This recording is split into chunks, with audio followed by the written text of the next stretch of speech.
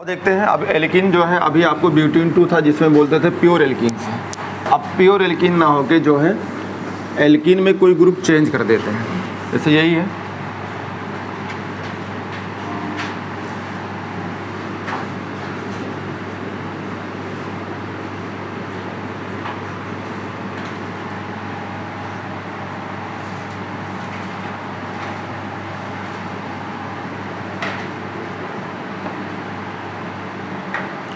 देखो कुछ आपको बताया था कल कि अगर आप ऐसे तिरछा डायगोनल अगर मतलब दो सेम हो या ये भी दोनों सेम हो, यानी यहाँ पे एच भी हो यहाँ भी एच हो, तब भी ट्रांस कहेंगे। और अगर किसी एक में भी सेम हो तब भी ट्रांस कहेंगे। ध्यान दीजिएगा, अगर इसे आगे पढ़ाएंगे कॉर्डिनेशन कंपाउंड में, काफ़ी ट्रिक दूंगा इस पर, अभी मतलब यहाँ बेसिक बता रहा हूँ। तो कोई रहेगा सेंटर और अगर उससे चारों ग्रुप सेम लगे हैं, यानी यहाँ पे हाइड्रोजन लगा हो, Cl लगा हो, कोई चारों लगे हों, तो उसमें एक भी ज्योमेट्रिकल आइसोमेरिज्म नहीं होगा। ये आपको एल्केन में भी दोबारा पढ़ाऊंगा। अगर कोई इसमें से सेंटर है और उसमें से 3 सेम है और एक चेंज है, तब भी कोई सिस ट्रांस ज्योमेट्री नहीं बनेगी। अगर इसमें जो है एक सेंटर हो, उसमें 2 ग्रुप एक जैसे हैं और 2 ग्रुप एक जैसे हैं, जैसे अभी आपको पढ़ाया था कि यहाँ पे आप मान लीजिए H, तो ये क्या हो जाएगा, 2 ग्रुप सेम है तो इसे बोलेंगे M, ये सेंटर हो गया तो क्या बोलेंगे Ma2, यानी एक जैसे हो गए। और ये दोनों हैं तो इसमें क्या बनते हैं, इसमें 2 ज्योमेट्रिकल आइसोम बनेंगे और ज्योमेट्रिकल में एक बनेगा सिस और एक बनेगा ट्रांस। ये मेरा अपना तरीका है पढ़ाने का।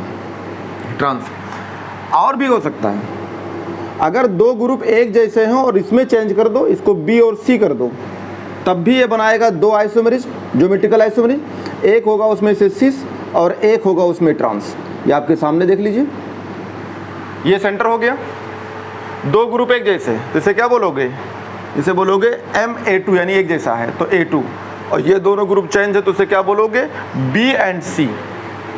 3 साल से लगातार सवाल आ रहा था, जैसे आप 17 में जाइए 18 में जाइए, तो ये था MABCD, यानी चारों चेंज हों, बहुत इंपॉर्टेंट है ये। तब इसमें भी बनता है आइसोमेरिज्म 3, ठीक है, 2 बनता है सिस, 1 बनता है ट्रांस, बहुत इंपॉर्टेंट है। तो अभी तो मैं आपको बेसिक सिखा रहा हूँ, इसका पूरा डिटेल कोऑर्डिनेशन कंपाउंड में, इसका पूरा डिटेल आपको एल्कीन्स में फिर से पढ़ाएंगे। लेकिन आप डायपोल मोमेंट एक बार सीख लेंगे तो आपको पूरे केमिस्ट्री में टेंशन ख़त्म। यानी किसी खाना खिलाओ तो पूरी कंप्लीट खिलाओ, ये थोड़ा थोड़ा खिलाने से कोई फ़ायदा नहीं है। तो आपको देखोगे ये हमारा अपना तरीका है, तो यही आपको चलता रहेगा। तो आपको पढ़ा रहे हैं ये जो है आपका B और C वाला। ये क्या करेंगे, कुछ नहीं करना है। अगर आपको जो तिरछे डायगोनल सेम लग रहे हैं, इसको उठा के यहाँ बैठा दो, इसको उठा के यहाँ बैठा दो, तो देखो इसमें 2 सेम मिल रहे हैं, ये डायगोनल सेम मिल रहे हैं, तो इसे आप क्या बोलेंगे, ट्रांस। अरे जैसे कोई तिरछा सेम बैठा हो ना, एक यहाँ बैठा हो एक वहाँ, दोनों एक जैसे दिख रहे हैं, या तो इस कोने पे दोनों सेम बैठे हों या इस कोने पे दोनों सेम बैठे हैं, तब भी ट्रांस होगी। और मान लो इस कोने पे डिफरेंट लोग बैठे हैं और इस पे दोनों एक जैसे बैठे हैं, तब भी ट्रांस। तो देखो यहाँ डिफरेंट बैठे हैं लेकिन यहाँ दोनों सेम बैठे हैं, तो ट्रांस। क्लियर रहेगा। जैसे मान लो पिछला बनाया था तो आपने क्या कहा था, यहाँ H भी है और यहाँ भी H है, तो इस डायगोनल पे दोनों सेम मिल रहे हैं और यहाँ पे मिथाइल, यहाँ मिथाइल, तो सेम बन रहे हैं, तो ट्रांस। तो देखो सिस याद नहीं करना है, सिर्फ ट्रांस याद कर लो, सिस अपने आप बन जाता है। क्या कर दीजिए, इसको यहाँ बैठा देते हैं, इसको यहाँ बैठा देते हैं, इन दोनों को सेम रखते हैं। इतनी कन्फ्यूजन करके लोग पढ़ाते हैं, ऐसे पढ़ाएंगे सिस ट्रांस फिर आइसो ट्रांस, पता नहीं क्या पढ़ा देते हैं कि आप तुरंत पागल हो जाओ। इतना बेवकूफ़ बना के पढ़ाते हैं। सिर्फ 2 चीज़ पता होना चाहिए, सिस और या ट्रांस, और उसमें भी खाली ट्रांस पता हो तो सिस अपने आप बन जाता है। बहुत सिंपल करके पढ़ना है ताकि कोई दिक्कत ही ना हो। चेंज कर देता हूँ, इसको कहाँ बैठा दें, यहाँ पे, और इसको उठा के यहाँ बैठा देता हूँ। देखो क्लियर हो गया। अब देखो ना ये तिरछा सेम मिल रहा है, ना ये तिरछा सेम मिल रहा है। हम कैसे याद करते हैं, ऊपर सेम, नीचे सेम, तो सिस।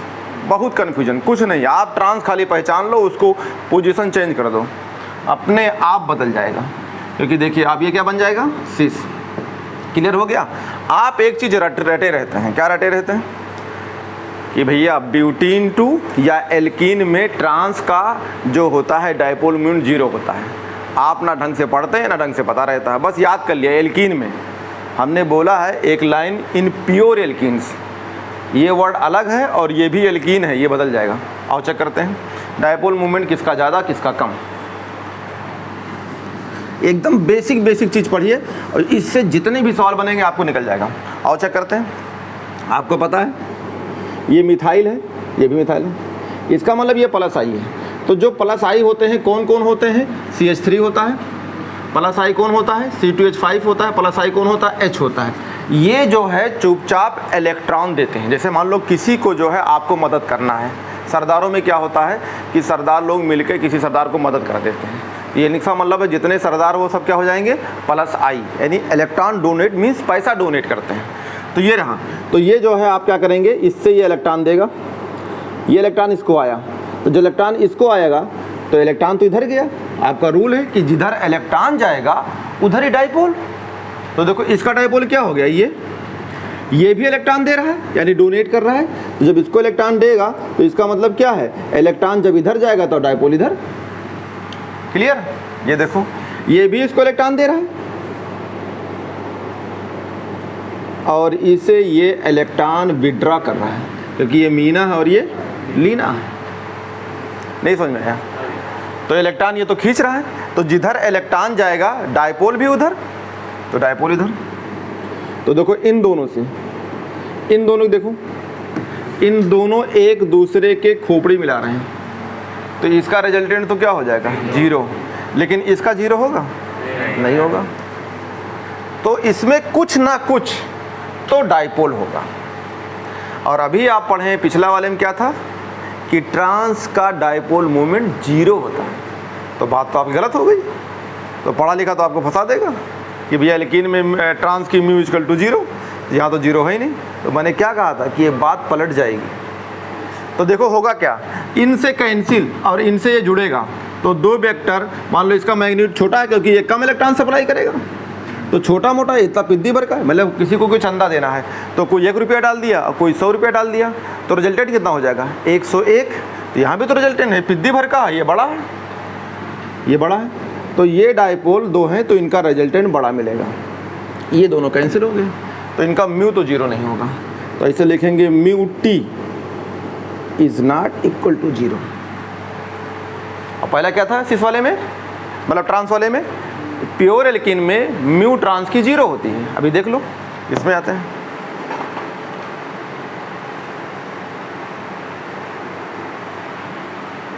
ये सब तो आपको समझना है, अब बाकी सब याद रहता है। वहाँ डायग्राम थोड़ा बनाना है एग्जाम में। आओ चेक करते हैं इनको भी। ये क्या करेगा? सप्लाई करेगा, सप्लाई करेगा, इलेक्ट्रॉन दे रहा है इसको, तो ये डोनेट करेगा। ये क्या करेगा? ये अब इसको जो अपने तरफ, क्योंकि ये मीना है ये लीना है, तो इलेक्ट्रॉन इसको चला जाएगा, तो डायपोल इधर हो जाएगी। इसको देखो ये से क्या करेगा? इलेक्ट्रॉन देगा, ये भी इलेक्ट्रॉन देगा, इलेक्ट्रॉन देगा। तो देखो दो वेक्टर्स, ये इसको सप्लाई करेंगे, ये इसको सप्लाई करेंगे, तो इनका तो ये हो गया। अच्छा ये बताओ, अभी कल पढ़ाया गया था, इसका मैग्नीट्यूड छोटा, इसका मैग्नीट्यूड बड़ा, तो रिजल्टेंट क्या बताया था? आप घटा लेंगे μ2 माइनस μ1 या μ1 माइनस μ2, याद नहीं आ रहा है क्या? भूल गए लग रहा है। डायग्राम बनाया था, ये बड़ा है और ये छोटा है, तो इसको मान लो μ1 है, ये μ2 है, तो अब ये बड़े में छोटा घटा दीजिए, तो म्यू रिजल्टेंट क्या आया था? μ1 माइनस μ2, ये था। तो ये डायपोल मोमेंट्स, डायपोल की वैल्यू बड़ी, इसकी डायपोल वैल्यू छोटी, तो इसमें कुछ ना कुछ आएगा। चलो ठीक है, तो इसमें रिजल्टेंट कुछ ना कुछ डायपोल होगा।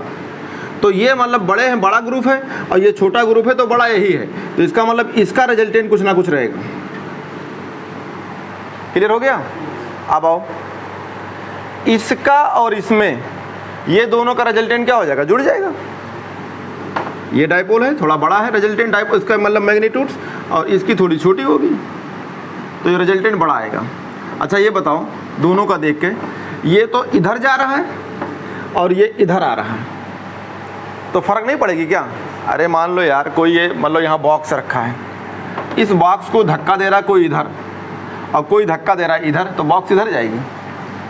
नहीं समझ पा रहे हैं, ये है तो इसका इफेक्ट किधर आ रहा है, ये ना, इसका इफेक्ट किधर जा रहा है, ये, तो इसमें गड़बड़ होगा कि नहीं होगा, फिर गड़बड़ होगा, क्योंकि क्या होगा, किसी एंगल पे है ये, या ऐसा सिंपल जान लो, ये इसको पुश करता है और ये इसको पुश कर रहा है, तो ये वाला इधर लाना चाहता है और ये वाला इधर जाना चाहता है, तो ना तो इधर जाएगी ना इधर जाएगी, कोई रिजल्टेंट होगा।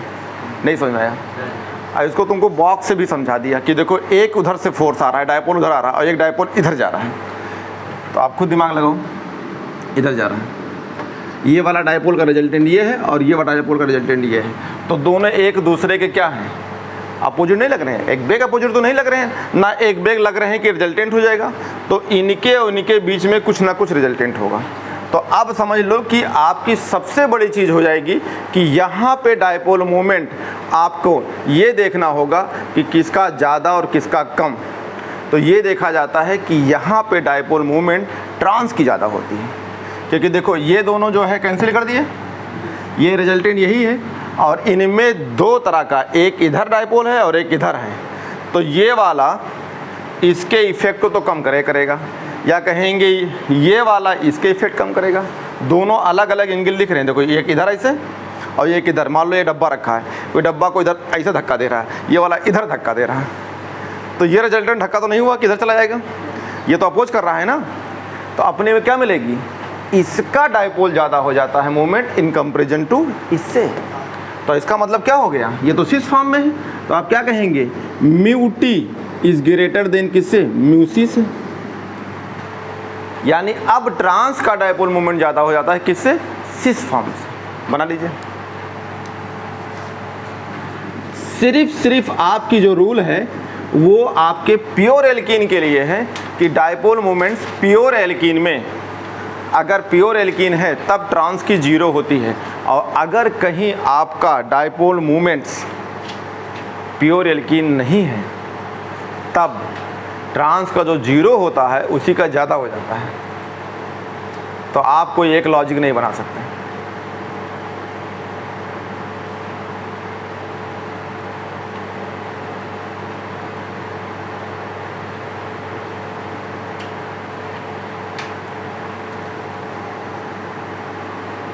तो trans dipole moment of T means trans, dipole moment of C, या तो पूरा लिख लो ट्रांस करके, यहाँ ट्रांस लिख लेना, यहाँ सिस लिख लेना, ठीक है ना, तो फिर आपको घर पे पढ़ने में दिक्कत हो जाएगी।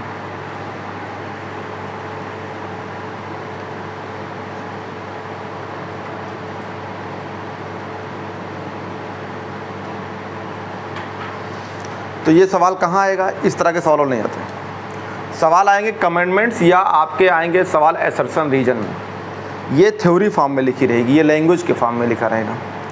लेकिन अभी मैं केमिकल बॉन्डिंग पढ़ा रहा हूँ तो ये आपको कहीं नहीं लिखा है। कहाँ मिलेगा ये आपको, जब आपको एक हाइड्रोकार्बन्स एल्कीन पढ़ाएंगे तो वहाँ मिलेगा। लेकिन जब आप छोटी छोटी बातें जानते रहेंगे तो वहाँ पूरी आपको क्लियर रहेगी।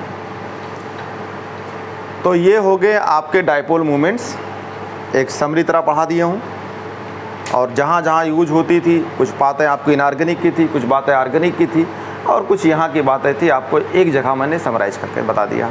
एनसीईआरटी पढ़ दिया। अब एनसीईआरटी में आप आइए तो एक जगह एक पॉइंट लिखा हुआ है फैजान्स रूल, तो ये बड़ा इंपॉर्टेंस है, क्योंकि फैजान्स रूल्स में हमने आयनिक बॉन्ड तो पढ़ा दिया था यहाँ से, लेकिन इसकी और जितनी लाइन लिखी हुई है वो लिखी हुई है आपकी जो है कोवैलेंट बॉन्ड के लिए। तो आप वापस आइए वहीं पे जहाँ आप डायपोल मोमेंट पढ़ रहे हैं वहीं पे आ जाइए। तो डायपोल मोमेंट एनसीईआरटी में देखिए जो आपका चार्ट पढ़ाया था, चार्ट के ऊपर लिखा हुआ है, और ये पॉइंट काफ़ी इंपॉर्टेंट है क्योंकि यहाँ पे कई सारे चीज़ कंपेयर किया है, यहाँ डी ब्लॉक को भी ला के डाल दिया है। तो आप आइए, ये लाइन लिखा हुआ है, क्या लिखा है, just all the covalent bond have some partial ionic character. सही बात है, कोई भी कोवैलेंट बॉन्ड होगा तो उसमें कुछ ना कुछ क्या होता है, आयनिक कैरेक्टर्स, और अगर कोई आयनिक बॉन्ड होगा तो उसमें कुछ ना कुछ क्या होगा, कोवैलेंट कैरेक्टर्स।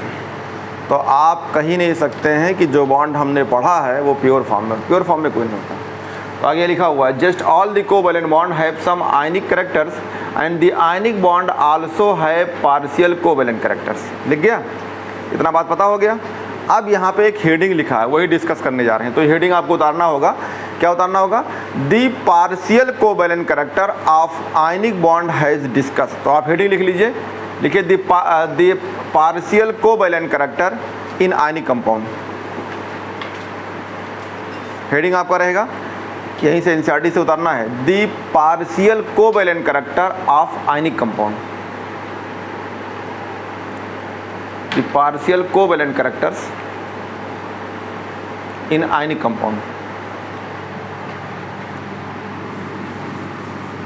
तो अगर आपसे कोई पूछे कोवैलेंट बॉन्ड है, एक बार पढ़ाऊँ क्या होता है, नॉन मेटल नॉन मेटल, फिर आपसे पूछे कि कोवैलेंट बॉन्ड में क्या कोवैलेंट बॉन्ड 100% होता है, तो आप तुरंत बोलिए कि नहीं भाई 100% कहाँ होता है। फैजान ने बता दिया था कि अगर कोवैलेंट बॉन्ड है तो उसमें आयनिक कैरेक्टर भी होता है, अगर आयनिक बॉन्ड है तो उसमें कोवैलेंट कैरेक्टर भी होता है। तो आपको ये डिस्कस करने जा रहे हैं the partial covalent character of ionic compound. The partial covalent character in ionic compounds. ये मेडिकल साइंस भी कहती है कि अगर कोई मेल है तो 100% मेल नहीं होता है, कोई फीमेल है तो 100% फीमेल नहीं होता है। आप जानते ही हैं, जैसे मेल है टेस्टोस्टेरोन होता है तो उसमें एस्ट्रोजन भी होती है, तो टेस्टोस्टेरोन ज़्यादा होता है, एस्ट्रोजन कम होती है, तो डोमिनेंट हो गया टेस्टोस्टेरोन। अगर फीमेल है तो उसमें एस्ट्रोजन डोमिनेंट होता है, एस्ट्रोजन कम होता है। कुछ लोग बीच के हो जाते हैं, दोनों डोमिनेंट हो गए 50-50, तो फिर समझ लो अलग थलग दिखते हैं। जैसे समझ में आ रहा है ना ये चीज़ें, ये तो आप दिख जाते हैं लोग मोहल्ले में। तो आप भी जानते हैं कि 100% जब कोई मेल ही नहीं है तो जब 100% आयनिक बॉन्ड कहाँ हो सकता है। तो आपका कौन सा बॉन्ड है, कौन सा बॉन्ड है? आयनिक बॉन्ड है। क्या पढ़ने जा रहे हो? Partial covalent characters. और 2018 में जो सवाल आया था वो क्या था? सवाल क्या था? आयनिक कैरेक्टर ही खोजिंग था कि आप ये बताइए इसमें आयनिक। तो उसके लिए मैंने जो यहाँ ट्रिक दूंगा यही ट्रिक उल्टा कर देना, तो किसके लिए हो जाएगा? वो आयनिक कैरेक्टर के लिए हो जाएगा। तो मैं आपको यहाँ पे ट्रिक लिख देता हूँ या फिर एनसीईआरटी की लाइन लिख के तब ट्रिक लिख देता हूँ। तो एनसीईआरटी लाइन लिख लो पहले पॉइंट क्या लिखा है देखो, ये लिखा हुआ है the smaller the size of cation. एकदम बात सही है, कैटायन कट गया, हमारी ट्रिक है। तो पहला पॉइंट लिखिए, the size of cation is small. पहला पॉइंट है the size of cation is small, यानी कैटायन की साइज क्या होना चाहिए? छोटी। अब किसी कैटायन की साइज कब छोटी हो? जब उस पर पॉजिटिव चार्ज ज़्यादा हो। नहीं समझ में आ रहा है? अरे ये पहला पॉइंट हो गया, फर्स्ट पॉइंट हो गया कि size of cation is small. तो कोई कैटायन छोटा कब हो? जैसे मान लीजिए आपके पास Na पॉजिटिव, आपके पास Mg पॉजिटिव, आपके पास La3 पॉजिटिव, ये तीन है। तो देखो इस पे ये ज़्यादा छोटा है, पता है आपको, क्योंकि ज़्यादा कटा है, तो ये साइज में छोटा है, तो ठीक हो गया। तो इस पे है क्या? चार्ज ज़्यादा है। तो आप क्या कहेंगे अपनी भाषा में? देखो ये लाइन लिखा हो किताब में, यही भाषा लिखाने जा रहा हूँ। लिखा है greater the charge on the cations, दूसरे वाले पॉइंट में। तो नहीं कह सकते क्या? अरे ये छोटा कब हुआ है? जिस पे चार्ज ज़्यादा है। तो जब कैटायन होगा तो कौन सा चार्ज होगा? पॉजिटिव या नेगेटिव? पॉजिटिव। तो दूसरा पॉइंट लिख लो इसमें, पॉइंट नंबर 2 एनसीईआरटी की लाइन लिखा हुआ है। क्या कहेंगे? Greater the charge on the cations, और ब्रैकेट में चाहो तो पॉजिटिव चार्ज, नहीं तो कंफ्यूज ना कर जाओ। Greater the charge on cations, ये चार्ज ही वर्ड यूज करेगा, लेकिन आपके दिमाग में कौन सी चार्ज? Positive charge. मैंने अलग से लिख दिया, ठीक है। अभी इसको एग्जांपल में लेता हूं, ये आपका हो गया। पॉइंट नंबर 3, तीसरा पॉइंट, अगर कोई कैटायन छोटा होगा तो ये इलेक्ट्रॉन निकालेगा। तो इलेक्ट्रॉन कहाँ जाएगा? अरे पड़ोसी एनायन के पास। तो अब जब एनायन के पास जाओ तो एनायन की साइज क्या हो जाएगी? बढ़ जाएगी। तो आप ये लाइन लिखा होगा, किताब में आ जाओ, फिर उसको ट्रिक में लिख देता हूँ। देखो लिखा होगा ना, ये पहला पॉइंट है the smaller the size of cation and large the size of anion, मिल गया पहले पॉइंट में। तो आप क्या करेंगे? Size of anion is high या लार्ज, ये तो कहेंगे। तो लिख लो the size of anion is large, यानी बड़ी होगी। हो गया पॉइंट। अब इसको ट्रिक पे लिख लो, क्या करोगे, कहाँ याद रहेगा, जब तक आप पढ़ेंगे थ्योरी तब तक भूल जाएंगे।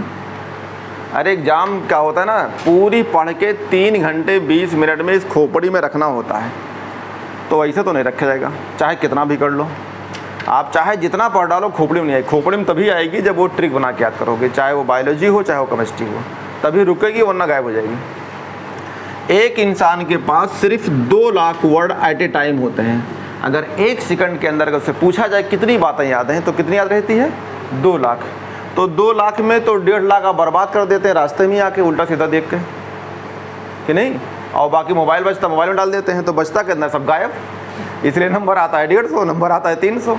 अब खुद सोचो यार, 100 अगर 100 क्वेश्चन सही करोगे तो 100 गुणे 4 बराबर कितना, 400। तो आप 400 लाते हैं तो 100 क्वेश्चन तो करते हैं। तो इतना ध्यान रखिएगा, इतना वर्ड होता है एट ए टाइम। अब ये वर्ड आपको एग्जाम में मान लो गए एग्जाम देने, रास्ते में ताक झाक कर लिया कई जगह, तो 2 लाख के बजाय कोई ताक झाक वाला वर्ड आ गया, तो एग्जाम में ताक झाक दिखता है, तो आकड़ बकड़ करते हो। तो इसलिए ये कभी गायब नहीं होगी जो अब लिखने जा रहे हैं, जो ये वाला। तो यहाँ लिख लीजिए हमारा ट्रिक, क्या कहेंगे, कैटायन कट गया। ये कई जगह यूज करता हूँ, बहुत जगह। तो कैटायन माने क्या, पॉजिटिव वाला। तो पॉजिटिव वाला क्या होता है, कट जाता है, तो कट गया, तो कैटायन कट गया। अरे कटना का मान लो तुम ही अब तुम्हारा पैर काट दें, तो साइज में बड़े होगे छोटे हो जाओगे, छोटे हो जाओगे तो किसी भी काट दो। तो जो कोई कैटायन बनता है, पॉजिटिव चार्ज वाला बनता है, तो कटेगा नहीं कटेगा, कटता है। तो कटने वाले को 2 भाषा में बोलते हैं, या तो उसे साइज बोलेंगे या उसे रेडियस बोलेंगे। साइज का मतलब क्या है, कोई भी हो न्यूक्लियस से इसकी दूरी रेडियस, और इसको आप पूरी पेरिफेरी मिला दोगे तो साइज बन जाएगी।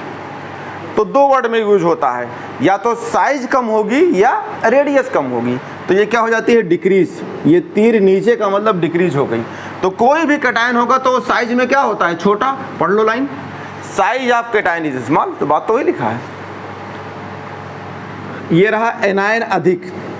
अब मैंने ये पढ़ा के भेज दिया 2018 में, तो यही लगा के चले आए कि सर आप पढ़ाए तो वही तो लगा है, कैटायन कट गया ना, अधिक आ तो गया था वही। अरे हमने कहा बेवकूफ़, वो क्या लिखा था, को आयनिक कंपाउंड में कोवैलेंट कैरेक्टर के लिए है, और ये सवाल क्या है, आयनिक कैरेक्टर ही पूछा है। तुम एकदम गलत करके आए हो, इसका आंसर गलत है जो तुम लगा के आए हो। आंसर क्या होना चाहिए, इसका उल्टा। तो आप पलट के पढ़ आंसर लगा जाते हैं। ध्यान देना, जो हेडिंग लिखाया हूँ, आयनिक बॉन्ड के अंदर कौन सा कैरेक्टर, कोवैलेंट कैरेक्टर ढूंढ रहे हैं। सवाल बहुत मन से पढ़ना है। वो क्या पूछा था, which of the following given below ionic characters. तब आपको क्या लगाना था, इसका पलट के, अभी लिखा देता हूँ वो भी। तो एनायन क्या हो जाएगा, अधिक। अधिक समझते हो, अधिक को हिंदी बोलते हैं अधिक ना, अंग्रेजी में क्या बोलते हैं, ज़्यादा, और क्या बोलते हैं, लार्ज। तो ये अधिक का मतलब ज़्यादा या लार्ज। तो क्या लार्ज हो जाएगी, साइज या रेडियस, कोई एक वर्ड यूज कर सकते हो, तो ये बड़ी हो जाएगी।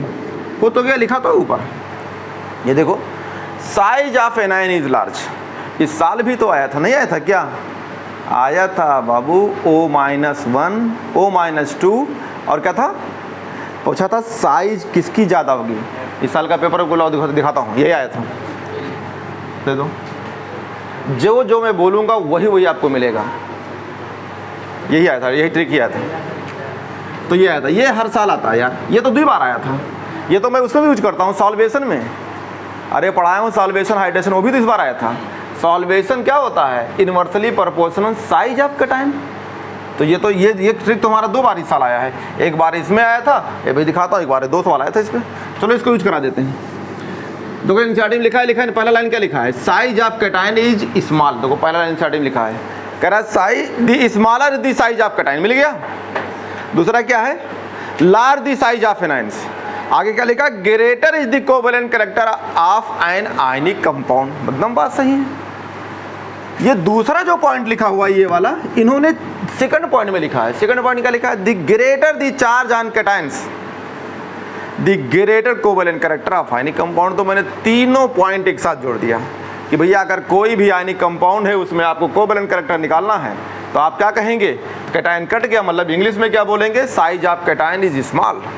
स्मॉल तो लिखा है, ये छोटा है। दूसरा, कोई जब छोटा कब होगा, कोई कैटायन छोटा कब होता है, जब उस पर पॉजिटिव चार्ज ज़्यादा हो। जैसे मान लीजिए आपको एग्जाम्पल है, ये एग्जाम्पल है कि भैया आपके पास ये Na+1 है, आपके पास Mg+2 है, आपके पास एल्युमिनियम+3 है। आपसे बताइए कि इसमें जो है सबके पास आइसो इलेक्ट्रॉनिक है, एक वर्ड होता है, इसके पास 10 इलेक्ट्रॉन, इसके पास भी 10 इलेक्ट्रॉन, इसके पास 10। क्यों? क्योंकि इसके पास 11 रहा होगा, एक इलेक्ट्रॉन निकाला तो पॉजिटिव चार्ज आया। इसके पास 12 इलेक्ट्रॉन रहा होगा, 2 इलेक्ट्रॉन निकाला 10 हो गया। इसके पास 13 इलेक्ट्रॉन था, 3 निकाला 10 हो गया। तो सबके सब कैसे हैं? Iso electronic. लेकिन जितने ज़्यादा इलेक्ट्रॉन निकलता है उतने ही साइज में छोटी हो जाती है। तो सबसे छोटी कौन होगी? ये, उसके बाद ये, इसके बाद ये। तो यही सवाल तो था, ये एनायन के फॉर्म में था। तो आप कहेंगे आर्डर ऑफ या इंक्रीजिंग आर्डर ऑफ साइज। तो सबसे बड़ी साइज कौन है? सोडियम, एक ही बार कटा है। उसके बाद कौन होगा? मैग्नीशियम। उसके बाद कौन होगा? एल्युमिनियम। क्लियर? ये दो हो गया। तो कैटायन कट गया, एनायन अधिक। ये आपको लगाना है सिर्फ तो आपको लगानी होगी पार्शियल कोवैलेंट कैरेक्टर निकालेंगे आयनिक कंपाउंड के अंदर। क्लियर हो गया? अब देखो ये यूज करता हूँ, इस बार ये आया था, नोट कर लो। आंखें फाड़ फाड़ के देखो, जैसे आप फोटो देखते हो पर्स में निकाल के, ऐसे इसको देखो। ये ज़िंदगी बना देगी? नहीं, पूरी ज़िंदगी फ़ोटो के लिए तरस जाओगे, बता रहा हूँ। जो दिमाग में लेके चलते हो, ये काला काला जो अक्षर है आपका, ये भैंस के बराबर नहीं है, ये डॉक्टर के बराबर है। समझ लो तो ज़िंदगी बदल जाएगी। ये सवाल है। बहुत घूमते हैं, खुशबू खुद बॉडी से आती है, ढूंढते हैं जंगल के अंदर। ये तुम्हारे अंदर ही खुशबू है। देखो बेसिक मैंने पढ़ाया तो 3 सवाल दिखाया, ये बेसिक पढ़ा रहा हूँ तो आपको ये सवाल दिखाने जा रहा हूँ, चौथा सवाल है। तो कितनी सिंपल है। अब कहेंगे हम गलत कराएं, तो आप गलत करें तो आप जानिए। इतना आसान पेपर आया है लेकिन आपको टफ लग रहा है। और अभी पढ़ा दूंगा तो कहोगे इतनी आसान पेपर था। इसलिए क्योंकि आपको नहीं पता है तो टफ है। देखो ये ट्रिक ही आया था, ये लिखा हुआ क्वेश्चन कह रहा है the element expected to form large anion. तो क्या लिखा है? इसका मतलब क्या है? साइज ऑफ एनायन क्या हो? लार्ज। तो लार्ज कब बनेगा? जब वो क्या बन जाए? एनायन अधिक, यानी नेगेटिव चार्ज आ जाए। तो इस बार का सवाल था, ये 1 पॉइंट का सवाल था, 2023 का है। जो कितने छोटे छोटे सवाल हैं।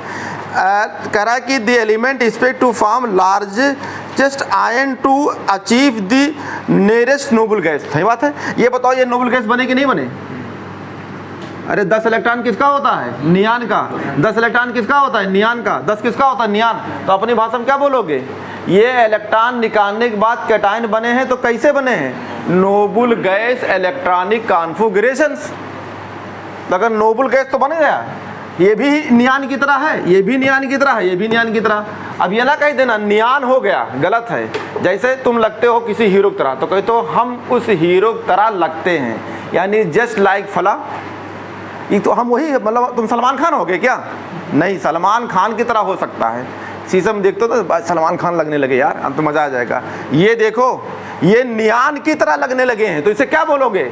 नोबल गैस नियान की तरह, उनकी तरह हो गए हैं बस। तो देखते हैं ये बन गया है। तो कह रहा है इसमें नोबल गैस बनेगा, कॉन्फ़िगरेशन कौन? तो चलो भैया ऑप्शन लिख देता हूँ।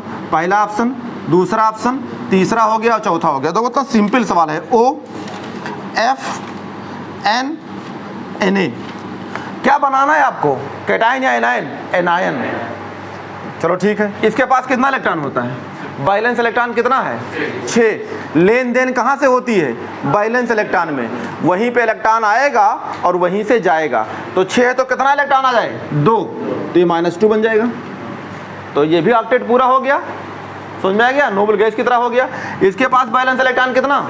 7। तो कितना दे दें? 1 इलेक्ट्रॉन। तो ये हो गया 10। अरे टोटल 10 हो गया, नहीं हो गया? तो ये सब के सब 8 इलेक्ट्रॉन हो गए। ये भी नोबल गैस की तरह बन गया। ये सब पढ़ा चुका हूँ। ये इसके पास कितना बैलेंस इलेक्ट्रॉन? 5। कितना आएगा? 3। तो 3 इलेक्ट्रॉन तो -3। ये भी नोबल गैस कैसा बनेगा, एक इलेक्ट्रॉन लेने में नहीं ये देता है, तो इनकी बात तो खत्म हो गई। क्यों खत्म हो गई, क्योंकि क्वेश्चन में क्या लिखा हुआ है, आपको एनायन बनाना है, तो इनको तो हटा दो, ये तो कैटायन बनेंगे। इन तीनों में ज़्यादा इलेक्ट्रॉन कहाँ आया है, इस पे, तो ज़्यादा इलेक्ट्रॉन आएगा तो साइज ऑफ एनायन क्या होगी, लार्ज। तो सबसे ज़्यादा बड़ी साइज कौन है, n-3, तो ये तो लिखा हुआ है। और यही सवाल क्लासिफिकेशन में एक लिखा है कैटायन और एनायन, और कैटायन में ये एग्जाम्पल लिखा है, एनायन में यही तीनों लिखे हैं, तो उठा के रख दिया। तो ऐसा नहीं है कि मैं एनसीईआरटी बाहर पढ़ाता हूँ, यही है। तो अब सिंपल सवाल है कि नहीं, कर पाए थे, गलत हो गया था ये भी। अगर ये गलत हो गया तो थोड़ा सा पानी लो, नाक डाल मर जाओ, क्योंकि चुल्लू भर पानी में, क्योंकि ये नहीं कर पाए तो फिर क्या करोगे ज़िंदगी में, क्या करोगे बताओ। अगर ये गलत हो जाए, कैटायन कट गया एनायन अधिक, तो आपको क्या करना, जीना चाहिए, जीने नहीं चाहिए, घर वालों को चूतिया बनाते हो। तो ये आपका हो गया बेसिक। अभी मैंने ये कैटायन एनायन जो है वर्ड यूज किया हूँ, अभी और यूज नहीं किया हूँ, अब जा रहा हूँ यूज करने। क्लियर हो गया। तो अभी कैटायन कट गया है, एनायन अधिक वर्ड यूज करना चाहते हो तो आप मॉलिक्यूल में जाइए, उस मॉलिक्यूल में देखिए कि सबके सब आयनिक हैं, हाँ आयनिक हैं। उसमें क्या ढूंढोगे आप, कोवैलेंट कैरेक्टर्स। तो अब सवाल स्टार्ट होता, पहले पूरा पढ़ दे तब सवाल करवाता हूँ। मिटा दें इसको। तो ये सवाल आपका था इसी बार का। तो देखो 4 सवाल तो पिद्दी पिद्दी का हो गया। तो आप बताओ कौन सा सवाल था। अभी ऑर्गेनिक पढ़ाएंगे तो इतना आसान, इतना मतलब ऑर्गेनिक तो मेरी उंगलियों पे ऐसे रहती है, बता रहे हैं अभी तो इतनी सिंपल है। 20 सवाल ऑर्गेनिक का, उसके बाद इनऑर्गेनिक का, और सब सिंपल है। तो टफ कौन है फिर, देखो ये भी सिंपल में है। अब मान लो कि अगर हम ये सवाल गलत करके आए हैं तो सोचो हम कितने बड़े मूर्ख हैं गलत करके आए हैं। लेकिन आप किताब पढ़ के याद नहीं कर पाएंगे, इसको निमोनिक्स बनाना पड़ेगा। अगला पॉइंट आइए। अब ये होता है तो पहले क्वेश्चन करा लेते हैं, फिर थ्योरी पढ़ते हैं कि उसमें डी ब्लॉक डाल दिया है उठा के। तो बिल्कुल डालेगा, क्यों नहीं डालेगा। अभी एक बच्चा सवाल पूछा था कि आप आयनिक बॉन्ड पढ़ाते हो तो हम ionic bond metal non metal किसको मान लें। तो मैंने बताया था भैया जनरली एस ब्लॉक वाले के मेटल को ही लेते हैं, वैसे डी ब्लॉक वाले मेटल होते हैं पूरा मेटल है, एफ ब्लॉक भी पूरा मेटल है, और पी ब्लॉक के नीचे वाले भी पूरा मेटल है। लेकिन हमें किसको मान के पढ़ना है, एस ब्लॉक के मेटल को और नॉन मेटल पी ब्लॉक वालों को, या साथ में हाइड्रोजन को। याद रखिएगा, ऐसा सवाल नहीं खुराफात सवाल आएगा, सवाल जो भी आएगा बड़ा लॉजिकली आता है। तो क्वेश्चन लगाते हैं।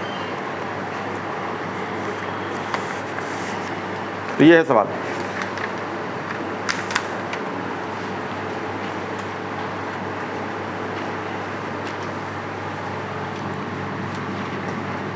क्वेश्चन है एमंग, लिख लो LiCl, BeCl2,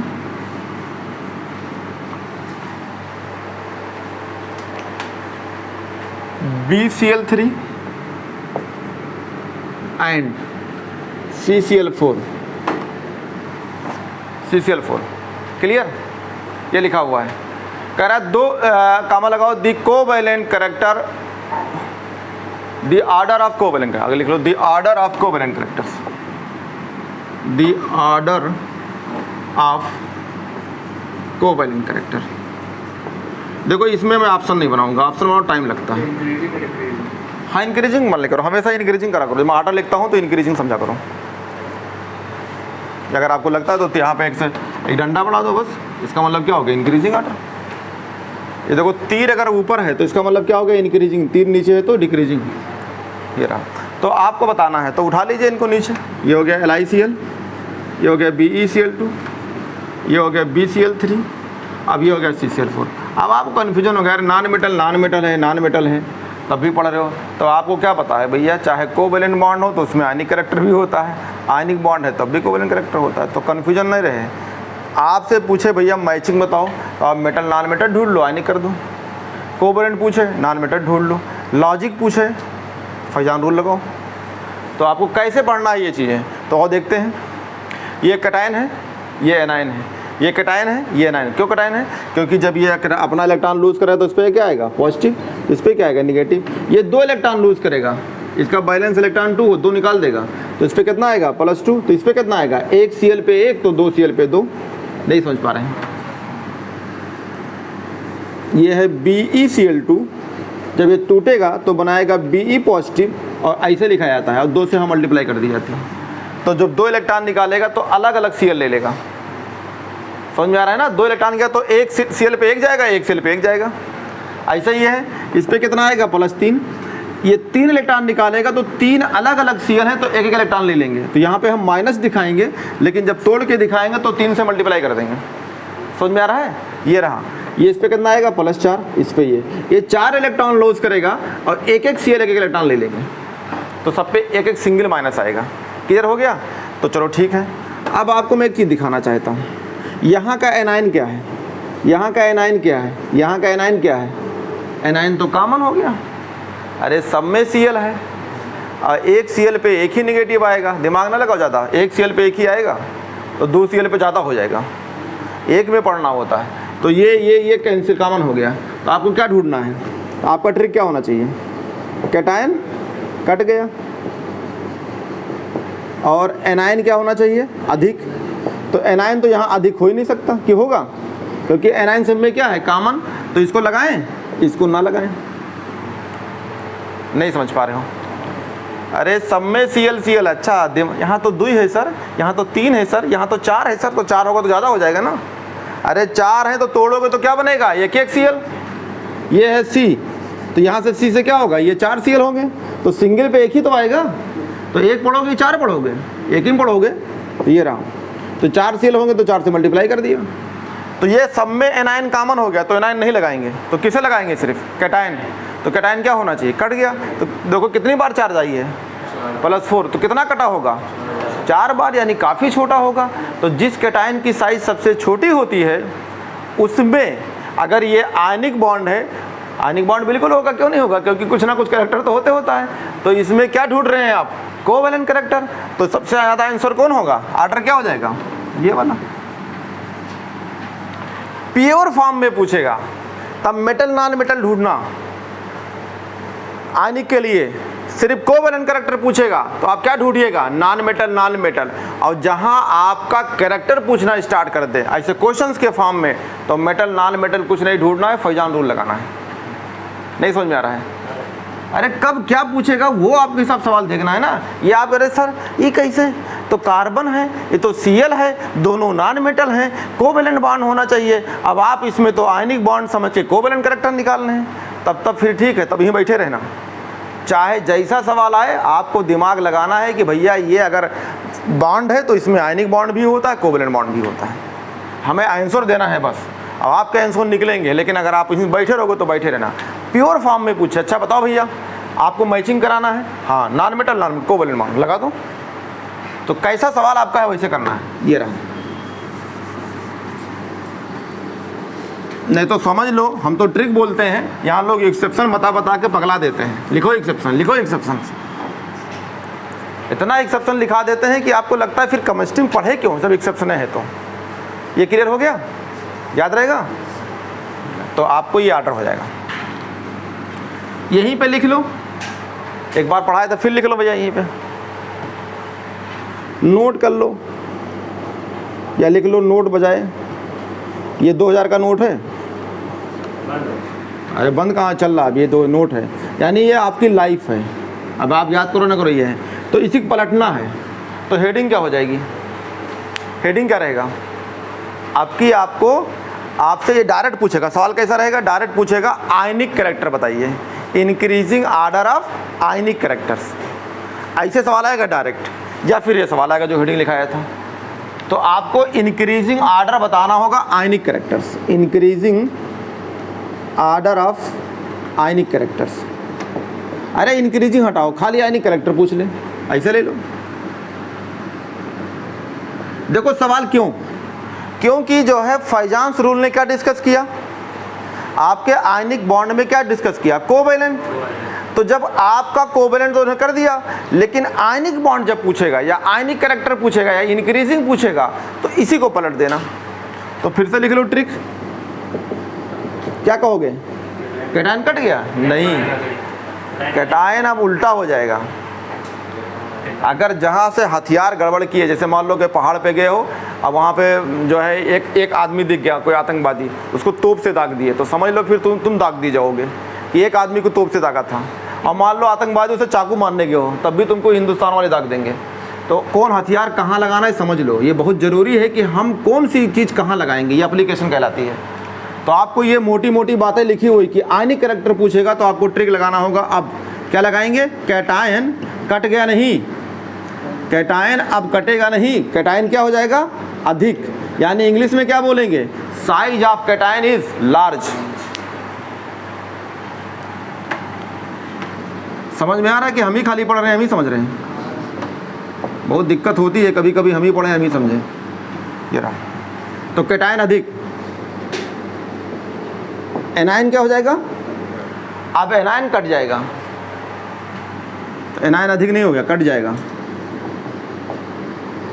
तो साइज ऑफ, साइज हो या रेडियस क्या हो जाएगी आपकी, डिक्रीज। इंग्लिश में लिख लो यार इसको, क्या कहेंगे इंग्लिश में, साइज ऑफ कैटायन इज क्या लिखेंगे, लार्ज। इसको इंग्लिश में पढ़ लो जो लिखो, size of cation is large.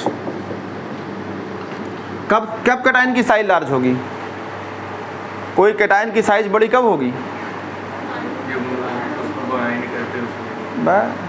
कब बड़ी होगी वे, एकदम बेवकूफ़ो, 3 लाइन लिखा है तो था, उसमें लिखा था कि साइज ऑफ कैटायन क्या था, कैटायन कट गया तो साइज ऑफ कैटायन क्या था, स्मॉल। तो क्यों कम था, क्योंकि उस पर पॉजिटिव चार्ज क्या थी, ज़्यादा थी। तो यहाँ क्या हो जाएगी, तुरंत पढ़ो तुरंत गड़बड़ हो जाता है। तो ये साइज ऑफ कैटायन जो है लार्ज है, तो पॉजिटिव चार्ज क्या होगा, कम। तो यहाँ क्या लिखा था, क्या लिखा है था हेडलाइन में, greater the charge of cation. तो यहाँ क्या कहेंगे, smaller the charge of cation. और कौन सा चार्ज, यहाँ भी पॉजिटिव रहेगी, smaller the charge on cation, और यहाँ भी वही वर्ड पॉजिटिव चार्ज। यही समझो, घर पे जाके ना समझना पागुर करना है कि बकरी की तरह भर ले हुए घर पे पागुर करेंगे, यही सब कुछ याद करो, उसी को पलटना है जो आपको पढ़ा चुका हूँ। एक याद कर लो बस यार, क्या याद करना है, आयनिक बॉन्ड में कोवेलेंट कैरेक्टर, कैटायन कट गया, एनायन अधिक। उल्टा कोई पूछे आयनिक कैरेक्टर बताओ, increasing order of ionic character बताओ, उसी को पलट दो।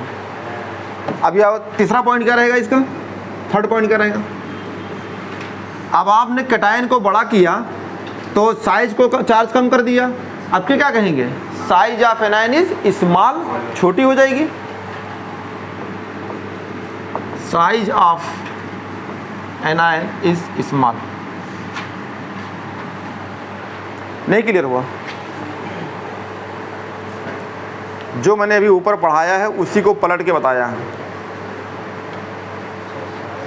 जिसके कम समझ में आए वो हमसे होमवर्क ले ले कि घर से क्या पढ़ के आना है, घर से आके पढ़ना है वही चीज़ को, तो यहाँ बैठोगे फिर पढ़ाने के बाद फिर वही पढ़ोगे, एकदम लाइन पे आ जाओगे, कोई कमज़ोर जोड़ नहीं होता है। अभी कह दो इंडिया में जो है फला चीज़ देख के बताओ तो तुरंत घुस जाओगे मोबाइल के अंदर, घुस के दिखा दोगे, तो ये क्यों नहीं दिखा पाते हो। क्लियर हुआ, अगला पॉइंट,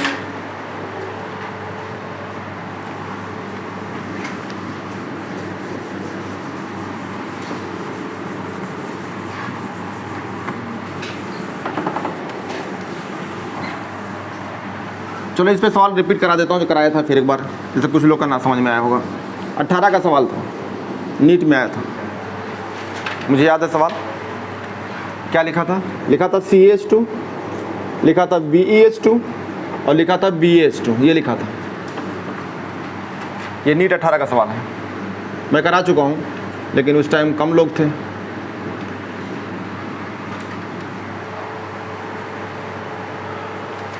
मेटल है, नॉन मेटल है। अब ये तो एम्फोटेरिक है ना, तो यूज़ तो करोगे ना, मेटल है ना, अरे एम्फोटेरिक है तब भी तो मेटल कैरेक्टर है, ये मेटल है नॉन मेटल है।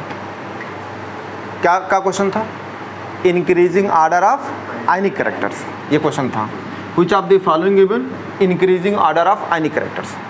तो मैं शॉर्टकट लिख देता हूँ, increasing order of ionic character, क्योंकि आगे पढ़ाना है, नया टॉपिक स्टार्ट करना है। तो ये रहा increasing order of ionic characters. Clear, तो अब दिमाग कहीं कन्फ्यूज हो, ये गलत करके आए थे, अरे सर इतना आसान सवाल आया था, आयनिक करेक्टर पूछा, हमने फट से लगा दिया, कैटायन कट गया, एनायन अधिक। तब तुम गड़बड़ करके आते हो, तुम्हें पता ही नहीं है। अगर वो डायरेक्ट पूछेगा आयनिक करेक्टर बताओ, तो जो तुम ट्रिक बोल रहे हो ना उसको पलट करके लगाना होगा।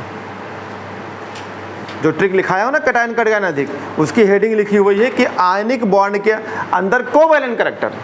तो तुम्हें को थोड़ा पूछ रहा है, तुमसे क्या पूछ रहा है, आयनिक करेक्टर बताओ, वही लगा के चले आए। तो मैंने कहा बहुत बढ़िया है, कितना बढ़िया पढ़ाया, क्या करें। ये भी ऐसा नहीं है कि मैं आज जो पढ़ा रहा हूँ 2016 में कुछ और पढ़ाया था, 16 की भी नोट और आज की नोट भी मेरी वैसे है, क्योंकि मैं सिर्फ एनसीईआरटी पढ़ाता हूँ, उसकी अप्लाई सिखाता हूँ। चलो, तो हमारे पास क्या ट्रिक है, आयनिक करेक्टर के लिए क्या ट्रिक है, कैटायन कटेगा क्या, नहीं, क्या होगा, कैटायन अधिक। अगर कुछ लोग को हिंदी से दिक्कत हो तो अपने अंग्रेजी में डाल लो, size of cation is large, खुश हो गए ना, ये रहा कैटायन अधिक।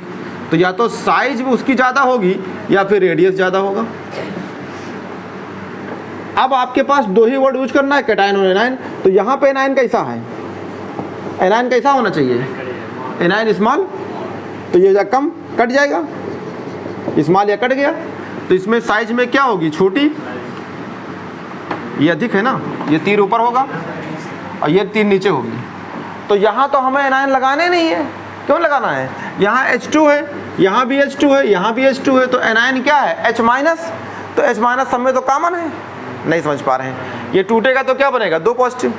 तोड़ दे यार, नहीं तो कुछ पहली बार पढ़ा रहे हैं, तोड़ दो इसको, तो क्या बनाएगा, 2 पॉजिटिव। इसके पास बैलेंस इलेक्ट्रॉन 2 है, अरे बेरिलियम के नीचे का मैग्नीशियम के नीचे 2 इलेक्ट्रॉन निकालेगा तो क्या बनेगा, 2 पॉजिटिव। तो इस पे क्या बनाएगा, 1 इलेक्ट्रॉन 1 H लिया तो 1 निगेटिव, तो 2 से मल्टीप्लाई कर दो। तो यहाँ का जो आपको कैटायन होगा +2, यहाँ भी +2, यहाँ भी +2। एनायन क्या है, सब पे -1 अरे 1 इलेक्ट्रॉन ये लेगा तो 1 इलेक्ट्रॉन दूसरा वाला लेगा, तो एनायन इसमें लगाएं क्या, नहीं। एनायन कैसा है, सेम।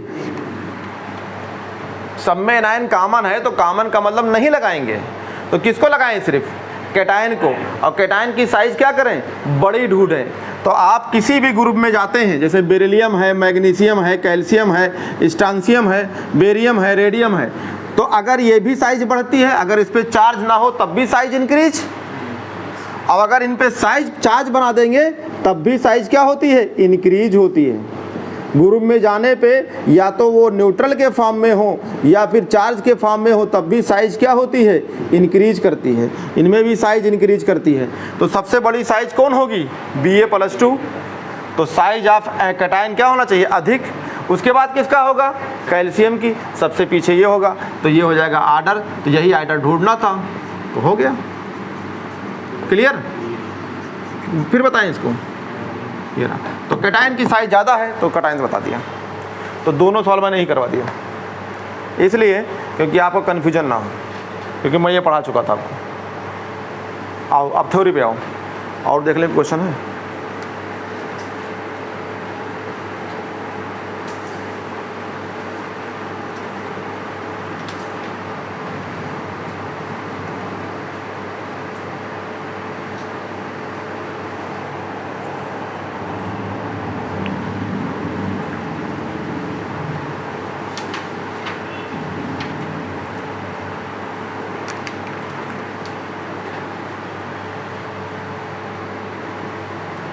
यहाँ पे सब में एनायन कॉमन था तो एनायन को नहीं लगाया, काट दिया, ये मतलब क्रॉस कर दिया कि मतलब नहीं लगाएंगे।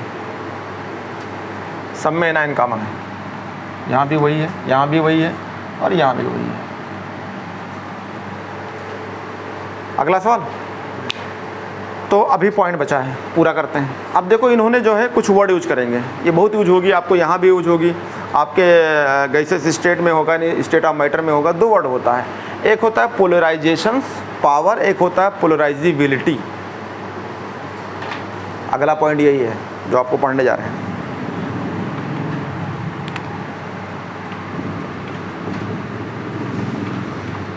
पोलराइजेशन पावर,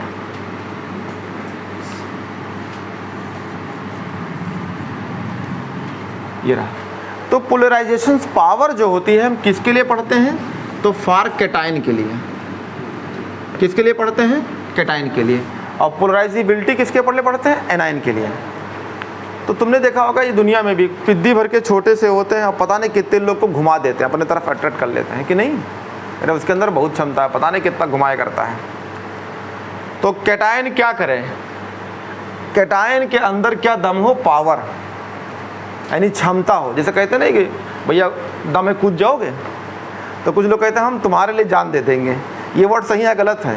गलत है। अबे किसके लिए जान दोगे, ऐसे बहुत लोग मिलेंगे जान दे देंगे। ऐसे हुआ क्या था, एक बार हमारे यहाँ अस्पताल पे गए थे, तो वो मामा भांजे सब रहते थे दुबई में, तो मामा को भांजा ने कहा मामा तुम इन लिंटर से कूद जाओगे क्या, तुम्हें बताए थे एक बार कहानी है। अभी बेचारे जो है अरे मामा क्या बात करते हो, कूद नहीं पाओगे, कूद जाएंगे। तो मामा लिंटर पे गए, कूद गए, तो दोनों पैर टूट गया उनका।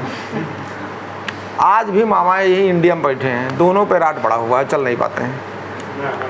ठीक है, अभी मेरे पास आए थे तो कह रहे थे सर हम क्या बताएं आपको, कहानी बताएं। हमने बताओ, कह रहे हमारा भांजा बोला कि मामा लिंटर से कूद जाओगे और थोड़ा सा दम है कूद जाओगे, ये दम पावर। तो हम कूद गए तो हमारा दोनों पैर टूट गया, और पता नहीं कितना रुपया खर्च हो गया, वहाँ भी इंडिया में भी पड़े हैं। तो ये सब मत कहना कि हम जान दे देंगे या कूद जाएंगे, दम है, कहने मेरे अंदर दम नहीं है, हम नहीं कूद पाते हैं। नहीं पता चला कूद गए तो फिर गायब हो गया, फिर नीट उट खत्म हो जाएगी। तो ये रहा, लोग कहते हैं हाँ भी कूद जाएंगे, कुछ नहीं। अब मतलब ऐसा गड्ढा रहेगा, कुआं रहेगा, दम है कूद जाओगे तुमको 10 रुपया दे देंगे। अब 10 जगह कूद कहते हो भैया हम नहीं कूदते, हमारे दम है नहीं, तुम कूद जाओ, या तुमको हम पार्टी देंगे। बताओ पूरी जिंदगी आदमी बैठा रहता है पार्टी चक्कर में कूद गया। तो यही चीज़ यहाँ पे भी है, यानी इसका मतलब जो है कोई भी कैटायन के अंदर कितनी क्षमता है कि वो एनायन को अपने तरफ क्या कर ले, अट्रैक्ट कर ले। तो एनायन को अट्रैक्ट थोड़ा करता है। जैसे मान लो ये आपका लिथियम है, आपका लो सोडियम है, और ये आपका Cl- है। तो देखो ये इसका मतलब क्या है, ये सोडियम है, तो सोडियम के पास क्या होगा, न्यूक्लियस, और न्यूक्लियस के चारों तरफ क्या होते हैं, सेल। तो सेल में क्या होता है, बताया था ना, लास्ट में ऑर्बिटल होता है, इसमें इलेक्ट्रॉन होता है, तो ये इलेक्ट्रॉन होता है। तो ये न्यूक्लियस पे पॉजिटिव चार्ज है, और ये वाला आपका जो है ये है। तो दोनों कैसे कैसे दिख रहे हैं, गोल गोल कि नहीं, ये वाला इलेक्ट्रॉन है, इलेक्ट्रॉन है। तो ये करता क्या है, मान लो दोनों अंडा अंडा दिख रहे हैं, तो ये क्या करे, ये अंडे को बैंडा बना दिया, अपने तरफ क्या कर लिया, झुका लिया, मतलब इसके अंदर दम था ना। ये देखो, तो ये क्या हो गया, इलेक्ट्रॉन किधर शिफ्ट हो गया। अरे वैसे देखा होगा, जो पढ़ाएंगे स्टेट ऑफ मैटर तो बताएंगे।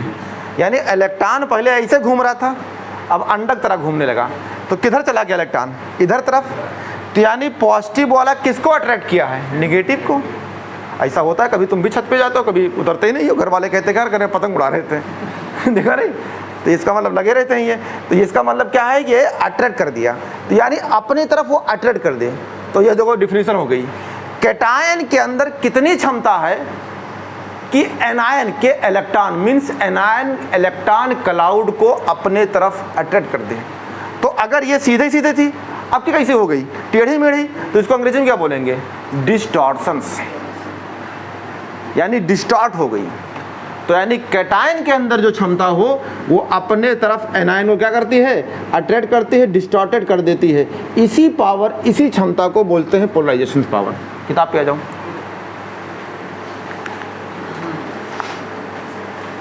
लिखा है थर्ड पॉइंट में, cations of this same size and charge the one. यहां से कंपेयर कर रहा है, cation of the same size. इसका मतलब मान लो 2 कैटायन है या 3 कैटायन है, सबके साइज कैसे हैं, सेम या लगभग सेम। समझ में आ रहा है, 2 लोग हैं, मान लो एक A है और एक B है, दोनों पे पॉजिटिव चार्ज है और दोनों पॉजिटिव चार्ज की साइज कैसा है, सेम। अब क्या होगा, यहाँ लिखा हुआ है कि the cation of the same size and charge the one. समझ लो, ये है A, ये है B, इस पे भी एक चार्ज, इस पे भी एक चार्ज, तो दोनों पे एक ही चार्ज है, तो दोनों का साइज कैसा बोल रहा है, दोनों कैसे हैं, सेम साइज के। लैंग्वेज में लिखा है सेम साइज। कह रहा है द इलेक्ट्रॉनिक कॉन्फ़िगरेशंस, ये देखो, ये आपके पास लिखा है N-1 D और NS। आप देख लीजिए ये इलेक्ट्रॉनिक कॉन्फ़िगरेशन किसका होता है, किसका होता है? अरे D का होता है। जब पढ़ाएंगे तो लिखेंगे n-1, लिखेंगे D में 1 से लेके कितना इलेक्ट्रॉन होता है? 10। इसमें कितना लिखेंगे? 0 भी, 1 भी या 2 भी। तो कभी कभी लिखा होता है 1 to 2। अरे सब रटे रहते हो इसको यार, ऐसे लिखे रहते हो। खुश हो गए लोग? ऐसे लिखा रहता है तो टेंशन क्यों है? N का मतलब क्या? अभी देखो मैंने आपको पढ़ाऊंगा S लिख D लिख पलट दे, यही आएगा। जैसे मान लीजिए हमारा ट्रिक है S लिख D लिख पलट दे। तो देखो मान लो अगर आपका स्कैंडियम है, स्कैंडियम का एटॉमिक नंबर कितना है? 21। तो यहाँ प्यार से लिख S लिख D लिख पलट दे और देखो आंसर वही आएगा। D में 1 इलेक्ट्रॉन, S में कितना जाएगा? 2। इलेक्ट्रॉनिक कॉन्फ़िगरेशन सिखाया था ना ट्रिक से, ये रहा। इसको आप कॉन्फ़िगरेशन कर लो जैसा आपको लगता है कि अरे ये क्या है, तो देखो वही आएगा।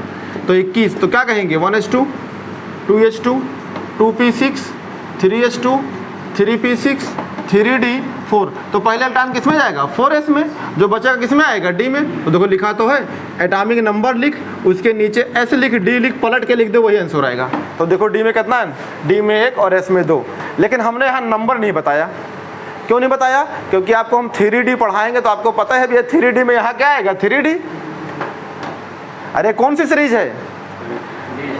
21 का स्कैंडियम, टाइटियम, बेलेडियम, क्रोमियम, मैग्नीज, ये कौन सी सीरीज है? 3D series. तो यहाँ 3D तो आएगा। तो इसका नाम क्या हो जाएगा? 3D। यहाँ क्या आएगा? 4s। तो देखो लिखा तो है ये, पहले S में इलेक्ट्रॉन जाएगा, तो S में कितना इलेक्ट्रॉन हो गया? 4s। कितना इलेक्ट्रॉन? मान लो 2 हो जाएगा। इसमें 1 कम कर दी जाएगी तो 4 - 1 और जो बचेगा D में इलेक्ट्रॉन। तो कितना हो जाएगा ये? 3D में 1 इलेक्ट्रॉन, 4s में 2 इलेक्ट्रॉन, स्कैंडियम का हो गया। तो एक तरह का ये आपका फार्मूला होता है, ट्रांजिशन एलिमेंट्स यानी D ब्लॉक का कॉन्फ़िगरेशन का फार्मूला होता है। तो देखो NCERT में डायरेक्ट ये लिखा हुआ है कि कोई 2 कैटायन हो जिसकी सेम साइज हो और उसमें पॉजिटिव चार्ज यानी यूनिटी हो, 1 हो, और वो कॉन्फ़िगरेशन दे दिया। तो आपको हमने पूरी एक्सप्लेन कर दिया कैसे हुआ। अब आगे पढ़ो। अब यहाँ पे लिखा है कामा लगा के, टिपिकल ऑफ ट्रांजिशन मेटल्स। अब क्या बोल दिया? ये कौन सा है? ये किसका है? टिपिकल ऑफ ट्रांजिशन, यानी टिपिकल ऑफ ट्रांजिशन यानी ट्रांजिशन एलिमेंट है। अच्छी बात है। तो ये ट्रांजिशन का फार्मूले होता है। ठीक है, आगे चलो। Is more polarize than one of the noble gas configuration. बहुत इंपॉर्टेंट पॉइंट है। ये लिख दिया NH2 और NP6, कंपेयर कर दिया कि आपका एक तरफ ट्रांजिशन एलिमेंट है और ट्रांजिशन एलिमेंट में अगर एक पॉजिटिव एक नेगेटिव है तो किसकी बात कर रहा है? किसकी बात कर रहा है? अरे यार कॉपर हो गया तो कॉपर पे +1 होता है, जिंक में लेंगे तो +2 होगा, ये हो गया। तो कॉपर, उसके नीचे क्या रखा होता है? सिल्वर। देख लो, आपको दिया हूँ टेबल सबको, नहीं है क्या? Copper, silver, gold. खोले रहो भैया, हल्के में ना लो, नहीं बहुत दिक्कत हो जाएगी। एक साहब आए थे टांडा से मेरे पास पढ़ने के लिए, तो 2 महीना तक हमको हल्के में ले रहे थे। हम उनको पढ़ा रहे थे कि हम बहुत ख़तरनाक पढ़ाते हैं, तो 2 महीना तक एकदम चुपचाप बैठा, बहुत हल्के में लेता था। अब 2 महीने बाद जब मस्जिद में हमको मिला तो हमने कहा बेटा तुम हमको बहुत हल्के में ले रहे हो? तो कह रहा हाँ सर बहुत हल्के में ले रहे हैं, लेकिन बर्बाद हो गए। 2 महीना बाद पता चला कि आप बहुत ख़तरनाक टीचर बहुत अच्छा पढ़ाते हैं। तो हमने कहा क्या करोगे? तो कह रहा जा रहे हैं BSc करने। तो हमको हल्के हल्के में ना लेने, बर्बाद हो जाओगे, बता रहा हूँ। क्योंकि हम एक पॉइंट को एक्सप्लेन करते हैं। तो देखो ये भी लिखा रहेगा आपके यहाँ, लैंग्वेज है A और B। ऐसा टिपिकल वर्ड भी यूज करेगा, या फिर टिपिकल को नहीं यूज करेगा तो ये यूज कर देगा। तो क्या कह दिया? Copper, silver, gold. मिला सबको? D ब्लॉक में आ जाओ। तो कॉपर, सिल्वर, गोल्ड की बात कर रहा है कि अगर 2 मेटल हैं मान लो इनमें से, और बाकी ये मेटल हैं, तो ये कौन हो सकते हैं? अरे नोबल गैस कौन हो सकते हैं? कोई भी। आपका सोडियम प्लस हो सकता है, मैग्नीशियम +2 हो सकता है, किसी को ले लो। नहीं समझ पा रहे हैं? अरे मान लो सोडियम +2 लेंगे तो कितना इलेक्ट्रॉन? 10। तो भरो तो क्या आएगा? 1s2, क्या आएगा? 2s2 2p6। तो इन्हें नोबल गैस बना के नहीं बना, यहाँ 2 को लिख दो। तो कह रहा है कि पोलराइजेशन पावर कंपेयर करना चाहते हैं। तो पोलराइजेशन पावर जो लिखे हो आप यहाँ पे लिख लो। कैटायन लिख लिया तो ऐसे लिखो, पोलराइजेशन पावर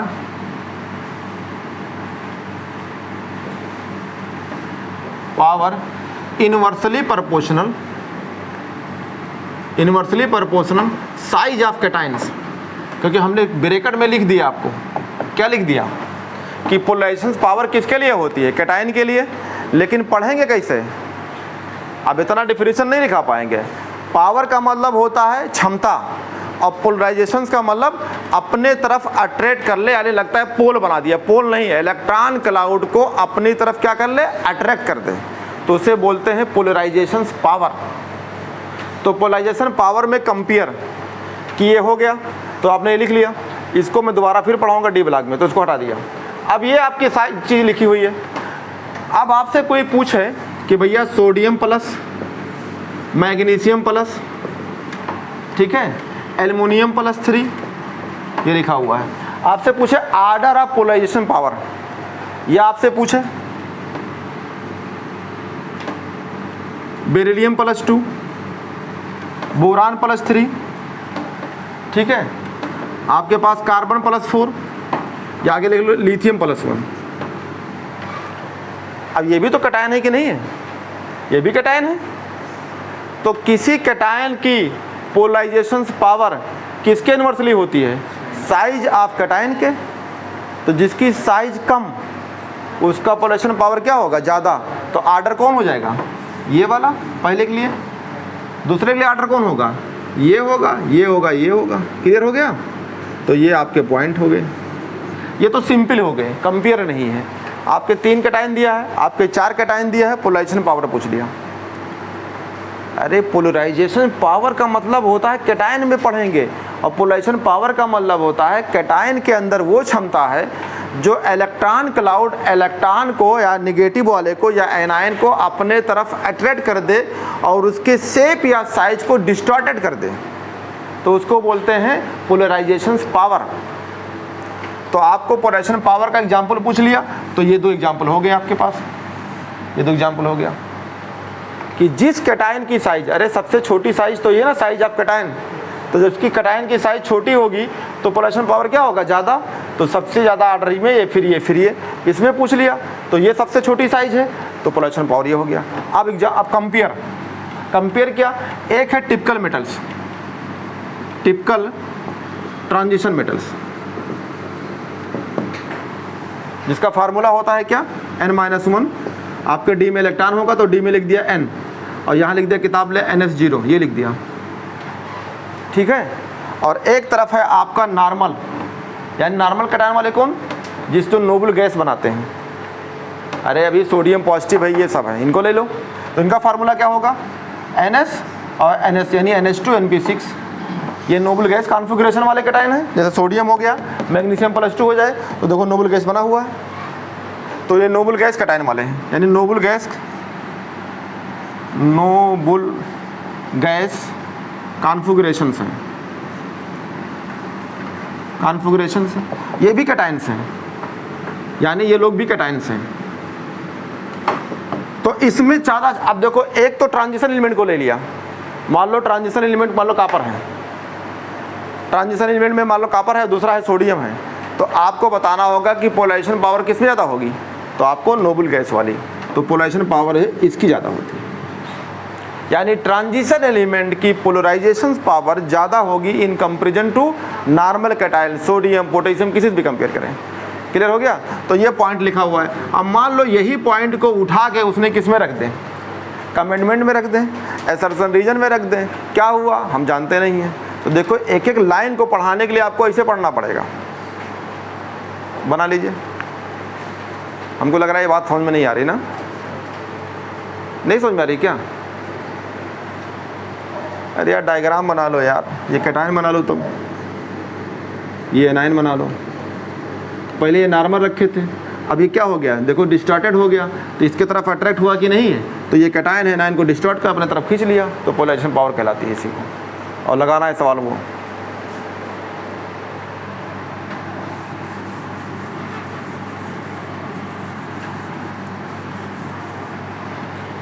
अगला पॉइंट इसी में आगे चलिए, बना दो इसको।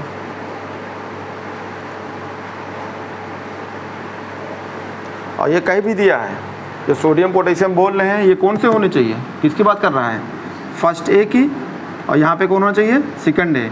यानी इधर ट्रांजिशन एलिमेंट हो और इधर नोबल गैस जो कॉन्फ़िगरेशन बनाता है जो सोडियम पॉजिटिव हो, ठीक है, मैग्नीशियम +2 हो, ठीक है, आपका जो है कैल्शियम +2 हो, ये वाले हो।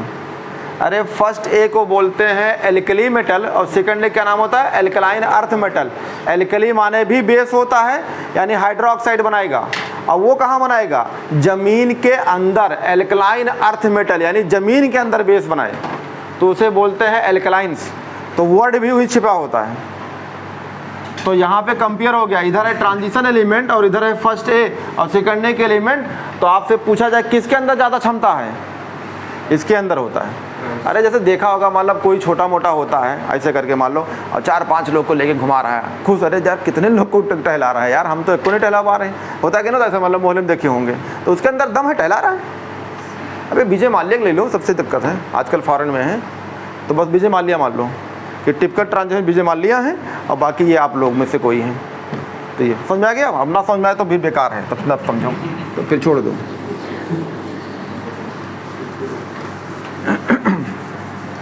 अगला आइए,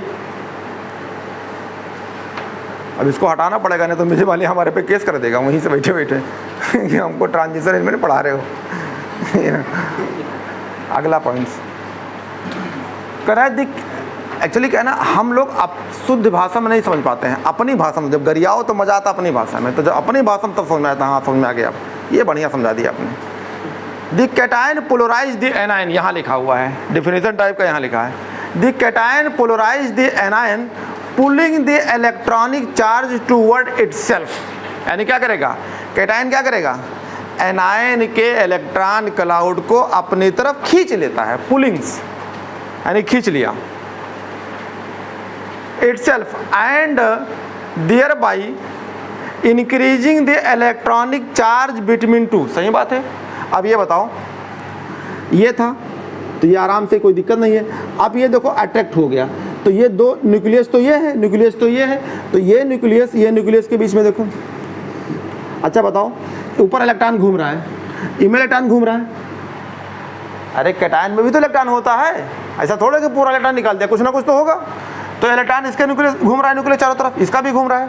अब देखो क्या हो गया, ये न्यूक्लियस की बीच की दूरी ये तो कहलाती है। तो देखो न्यूक्लियस दूसरे न्यूक्लियस के बीच में, अब बताओ इसमें इलेक्ट्रॉन ज़्यादा है कि इसमें इलेक्ट्रॉन ज़्यादा है, नीचे वाले में। इसमें तो इलेक्ट्रॉन घूम रहा है, बराबर घूम रहा है, इसमें बराबर घूम रहा है, इसमें क्लाउड किधर आ गई ज़्यादा, इलेक्ट्रॉन किधर आ गई। तो क्या बोलेंगे, जब कैटायन एनायन को अपने तरफ पुल करता है, पोलराइज करता है, इलेक्ट्रॉन क्लाउड को अपने तरफ खींचता है, तब क्या होती है, डिस्टॉर्टेड होने के बाद दो न्यूक्लियस के बीच में, न्यूक्लियस वर्ड नहीं यूज करेगा, बिटवीन वर्ड यूज करेगा।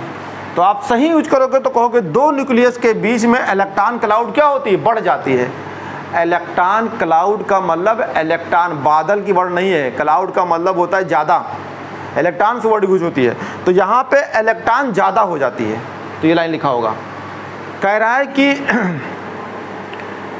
देयर बाय कह रहा है increasing electronic charge between to, यानी दो लोगों के बीच में इलेक्ट्रॉनिक चार्ज बढ़ जाती है, यानी इलेक्ट्रॉन बढ़ जाता है। दिस इज कह रहा है प्रिसली दैट हैपेंस इन, ये कोवैलेंट बॉन्ड, ये किस में होता है, कोवैलेंट बॉन्ड के अंदर होता है।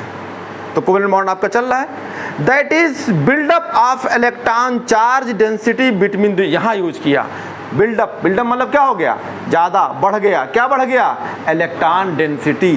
तो इलेक्ट्रॉन डेंसिटी बढ़ जाती है। तो ये छोटा मोटा दुई डायग्राम ही आपको पूरी डिफिनीशन बता रहा है, तो ये बना लेना, नहीं तो घर पे कुछ और लगेगा। मान लो दो गोला है, ये गोला ऐसे ये अंडा बन गया, तो फिर समझते रहना, ये अंडा उंडा नहीं है, ये एनायन है। एनायन के इलेक्ट्रॉन इसके तरफ अट्रैक्ट हो गए तो इनके और इनके न्यूक्लियस के बीच में इलेक्ट्रॉन डेंसिटी बढ़ जाती है, इलेक्ट्रॉन बढ़ जाता है, ये बढ़ जाएगा। और ये किस में होता है, कौन सा बॉन्ड पढ़ रहे हो, कोवैलेंट बॉन्ड। तो कोवैलेंट बॉन्ड में यह आ सकता है, जैसे सर आपने पढ़ाया था, हमने पढ़ा दिया, क्या पढ़ाया, कोवैलेंट बॉन्ड पढ़ाया, नॉन मेटल होता है, हमने याद कर लिया, एग्जाम में नहीं मिला, हमने कोवैलेंट बॉन्ड का एग्जाम्पल लगा लिया, नहीं मिला। सर उसमें एक लाइन लिखा था कि कैटायन पोलराइज करता है एनायन को, अपने तरफ अट्रैक्ट करता है, इलेक्ट्रॉन डेंसिटी दोनों के बीच में बढ़ जाती है, और ये कोवैलेंट कैरेक्टर में देखा जाता है। सर ये तो हम जानते नहीं थे। तो भैया कोई भी पॉइंट आपको जानना होगा, जो ऊपर का पढ़ाया नहीं दिया तो ये पढ़ो, ये भी कोवैलेंट करैक्टर के लिए है। तो अगर आप एनसीईआरटी पढ़ोगे तभी तो नई नई पॉइंट मिल रही है।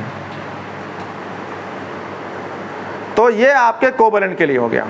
आगे है build up the electron charge density between the nuclei the polarising power of the cation. यहाँ नीचे लिखा है पोलराइजिंग पावर, ऊपर खाली पूरी थ्योरी लिखा है और नीचे इस्तेमाल किया पोलराइजेशन पावर, सबसे नीचे।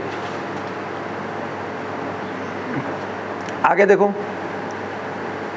दी पोलराइजिबिलिटी, अगला हेडिंग लिखो, ये खत्म हो गया आपका।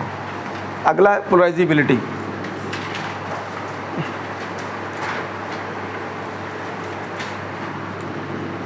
पोलराइजिबिलिटी POLARISA, पोलराइजिबिलिटी ऐसे, ठीक है। ये अब देखो एनसीईआरटी लाइन लाइन पढ़ाने का मतलब होता है कि इतनी ज़्यादा टाइम लगता है, इतना टाइम लगता है। अभी तो हम पढ़ा के आगे निकल चुके होते, कोई मतलब नहीं था, लेकिन ये जो लाइन समझाना समझ लो डबल मेहनत करना पड़ता है। इतनी मेहनत करना पड़ता है कि पूरी साल लगता है कि एकदम उलझ जाओ पढ़ाते पढ़ाते, क्योंकि एक एक लाइन कोई पढ़ाते ही नहीं है, कोई नहीं पढ़ाता ना पढ़ाएगा। बहुत टाइम लगता है इसको एक्सप्लेन करने के लिए, और वही उठा के रखा रहता है। कितने सारे मेरे पास आते हैं, कहाँ सवाल आता है एनसीईआरटी से, ये है वर्ड है एनसीईआरटी से, तो लोग खोल के दिखाओ कहाँ लिखा है। सर ये नहीं कर पाएंगे, लेकिन सवाल एनसीईआरटी से आता है। पता नहीं कहाँ सीख के आए हैं, इस साल के एनसीईआरटी से आता है। पिछले साल तक तो ये था कि भैया हमारे नोट से आता है, बुकलेट से आता है। अब जो भी लड़का इंक्वायरी आता है वो एनसीईआरटी वर्ड यूज करता है। हमें समझ नहीं आता कहाँ से उसको मिल गया एनसीईआरटी वर्ड, और जानता भी नहीं एनसीईआरटी में कहाँ लिखा है। हम तो दिखाए कि कल बोलो, हमने कहा लो दिखाओ कहाँ लिखा है एनसीईआरटी में, ये क्वेश्चन तो कहाँ लिखा है। अरे ये नहीं ढूंढ पाएंगे, लेकिन एनसीईआरटी से आता है। तो कौन सिखा के भेजता है उसको एनसीईआरटी से आता है यार, कोई पढ़ाते नहीं एनसीईआरटी गंज में, और पता नहीं कैसे एनसीईआरटी वर्ड यूज करते हैं लोग। कोई भी बड़ी बड़ी कोचिंग वहाँ बुकलेट चलती है। ये किसके लिए यूज करेंगे? फॉर एनाइन के लिए। ये किसके लिए है? अच्छा ये बताओ, खाली कटाने के अंदर दम है क्या? खाली लड़के घुमाते, लड़कियाँ नहीं घुमाती हैं क्या? नहीं घुमाती हैं? घुमाती हैं। तो बस तो ये हो, नहीं तो पता कि खाली फलना ही घुमाता है। अरे ऐसा ऐसा खतरनाक खतरनाक ये भी घुमाते हैं। नहीं समझ आ रहा है क्या? अबे यहीं नीचे उतर जाओ, वो चलता है भैया, एक कस वो लेता है तो एक कस वो भी लेती है, एक कस तुम लिया एक कस। अरे हम अपने सामने देखे हैं, दूसरे का बतावे। तुम लोग नहीं देखते हो, हम ही खाली देखते हैं, बातें करते हो। मतलब सर देखते हैं, हम लोग नहीं देखते हैं। हाँ तो ये बोलो कि देखते हैं। ये रहा, तो इसके लिए आओ। अरे बहुत मॉडर्न जमा, मतलब फॉरेन होने वाला है। ये रहा, तो आप इसके लिए पढ़ेंगे एनाइन के लिए, लेकिन ये भी वही पावर है जी। कैटायन भी अट्रैक्ट करता है एनाइन के लिए, तो किसको यूज करते हैं? पोलराइजेशन पावर के लिए। और अगर ये एनाइन अट्रैक्ट करे कैटायन को तो बिलिटी के लिए। बस हो गया, क्लियर हो गया। तो इसमें आओ, पोलराइजिबिलिटी बराबर क्या होता है?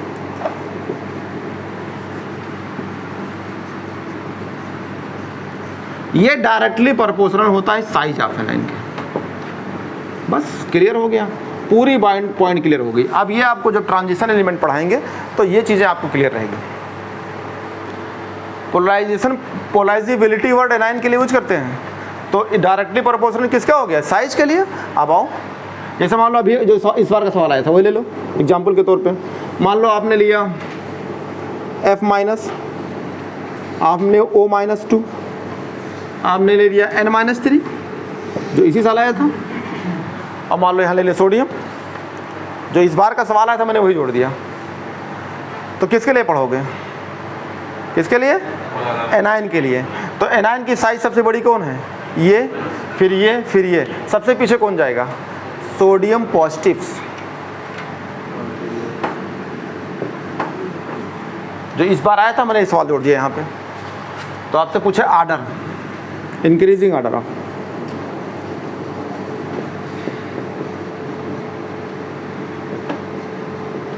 तो सबसे बड़ी साइज कौन?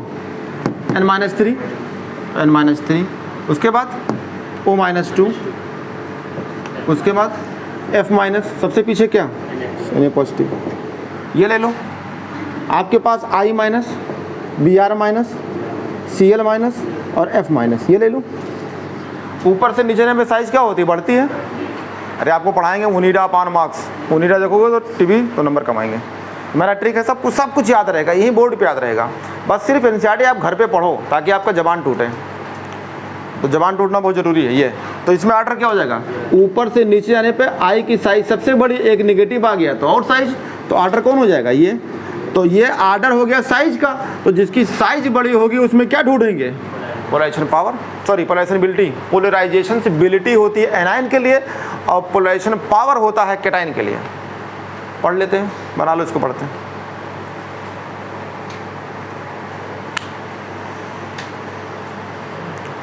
एज इट डायरेक्ट सवाल थोड़ा मिलेगा, ये वर्ड मिलेगा आपको। अब आप जो लाइन पढ़ो उसमें सवाल ढूंढो, ये थोड़ा हो सकता है।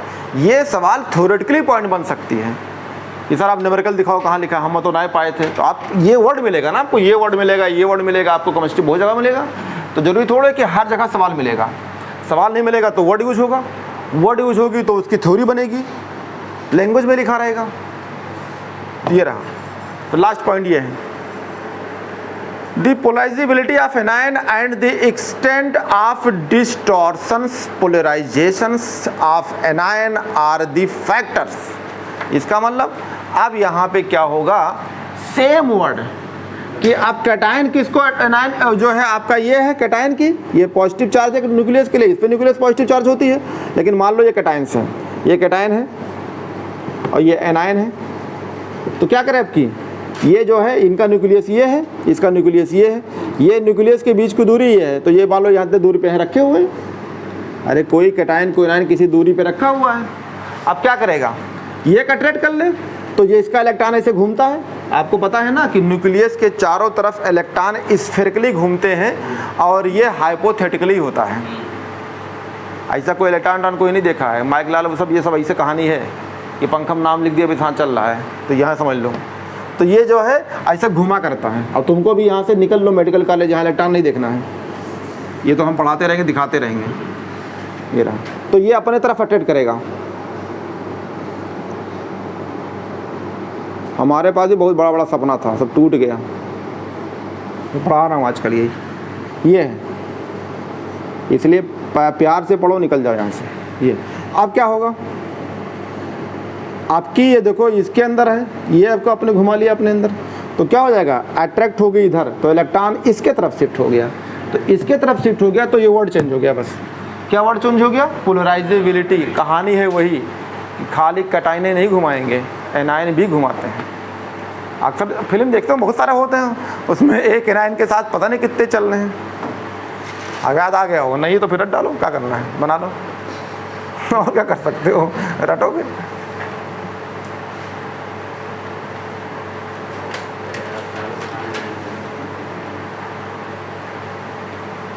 और नीचे जो लाइन लिखा था मैंने पढ़ा दिया, लिख लो चाहे, परसेंटेज ऑफ आयनिक कैरेक्टर्स, और ये क्वेश्चन कराया था आपको। तो लास्ट लाइन एनसीईआरटी का है, क्या है, the percentage covalent character of the ionic bond. मैंने दोनों कराया को, आयनिक कैरेक्टर निकलवा के सवाल डायपोल मोमेंट से, और आपको मैंने दोनों बताया कि आयनिक परसेंटेज कितना कैरेक्टर होगा या कोवेलेंट कैरेक्टर कितना होगा, ये है। तो इस पे जो है कुछ पॉइंट और बनता है।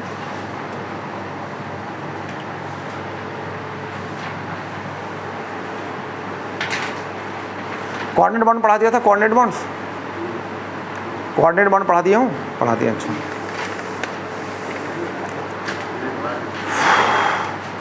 कुछ पॉइंट जो है बता देता हूँ यार।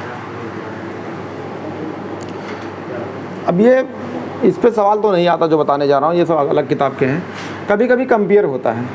कंपेयर क्या होता है कि कोई बॉन्ड है, तो अगर वो कोवेलेंट बॉन्ड है तो इससे दिमाग में तो आपके ये होगा यार कोवेलेंट बॉन्ड है तो आयनिक कैरेक्टर होगा, तो दोनों बराबर हो सकते हैं, कम ज़्यादा होंगे। तो वो डिपेंड करती है कंडीशन इलेक्ट्रॉन नेगेटिविटी पे।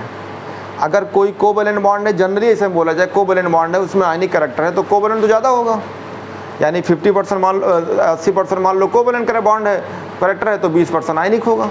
और एक वर्ड यूज होती है इलेक्ट्रॉन नेगेटिविटी डिफरेंस, कि अगर किसी की इलेक्ट्रॉन नेगेटिविटी डिफरेंस 1.7 के आसपास है, तो ये क्वेश्चन था, अब आप लोग को इधर मॉड्यूल दूंगा, कह रहा है कि 2 element X and Y. Question लिख लो, नोट कर लो जरा, इसे क्वेश्चन लगवा दूंगा, लिखो 2 element X and Y two element X and Y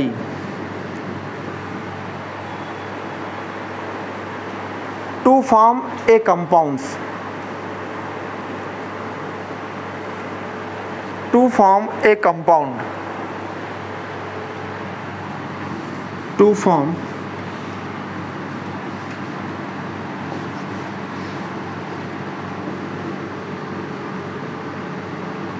a compounds, कोई कंपाउंड बनाया है एक्स वाई, एक्स और वाई से बनाया है एक्स वाई, एक्स वाई, ठीक है, full stop. Under what condition, under what conditions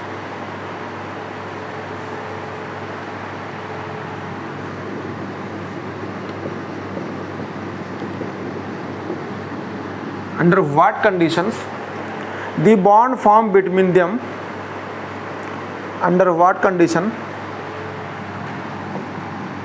the bond formed between them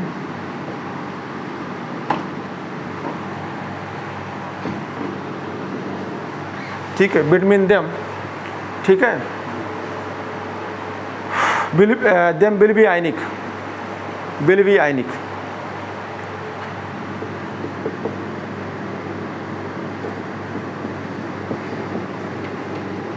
ionic।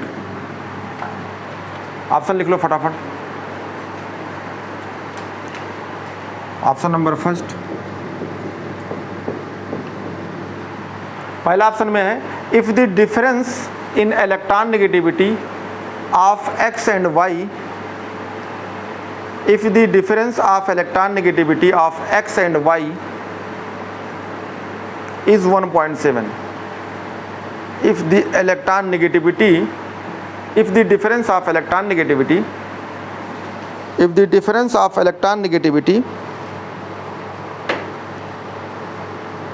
of x and y is 1.7, यानी इलेक्ट्रॉन नेगेटिविटी डिफरेंस पढ़ाए हो ना, END नहीं समझ पा रहे हैं, अरे पढ़ाया था, फ़ोन लगाओ उसमें अंतर निकालोगे, तो END कितना है 1.7। दूसरा है if difference in electronegativity of x and y is more than 1.7, if the difference in electronegativity, if the difference in electron negativity of x and y is more than 1.7, is more than 1.7, ठीक है। Third option लिखो। अरे पहले option में था END x and y कितना है 1.7, दूसरा क्या है END x and y is greater than कितना 1.7। दूसरा तीसरा ऑप्शन लिखो if difference electronegativity, if difference in electronegativity of x and y is less than, यानी END of x and y is less than 1.7।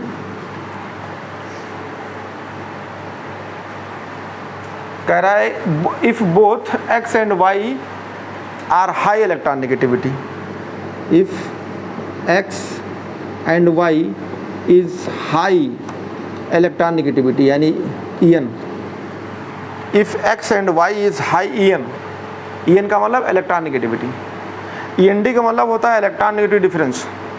तो ध्यान देना आयनिक character है, देखो अगर कोई मतलब A है या XY है, A और B है या XY है, अगर x और y के बीच में बॉन्ड बना है तो अगर इसकी वैल्यू आ जाए 1.7 के बराबर, तो इसमें कैरेक्टर जो होता है आयनिक भी होगा, कोवेलेंट होगा और 50-50% होगा, ठीक है। अगर कोई कंपाउंड है जिसमें x और y है, इसकी इलेक्ट्रॉन नेगेटिविटी 1.7 से ज़्यादा हो जाए तो इसमें आयनिक कैरेक्टर काफ़ी ज़्यादा होता है, तो इसको क्या मान ली जाती है कि इसमें आयनिक कैरेक्टर डोमिनेंट है, तो आयनिक बोलेंगे। इसको मिटा देता हूँ। तो इसमें कौन कौन बॉन्ड है, कौन कौन कैरेक्टर है, इसमें आयनिक है और साथ में क्या है कोवेलेंट है, कोवेलेंट है। और अगर कोई भी आपका x और y की वैल्यू डिफरेंस कितना आ जाए, END का डिफरेंस है 1.7, तो डोमिनेंट कौन है आयनिक, तो आपको आयनिक आंसर देंगे, आयनिक कैरेक्टर बताएंगे। क्लियर हो गया। अगर आपकी वैल्यू x एंड y की वैल्यू लेस देन 1.7 है तो इसका मतलब क्या बोलेंगे, इसमें कोवैलेंट कैरेक्टर ज़्यादा डोमिनेंट है, तो आप कोवैलेंट बॉन्ड बोलेंगे। क्लियर, तो आपका आंसर हो गया। तो मैंने क्वेश्चन से करा दिया इसको।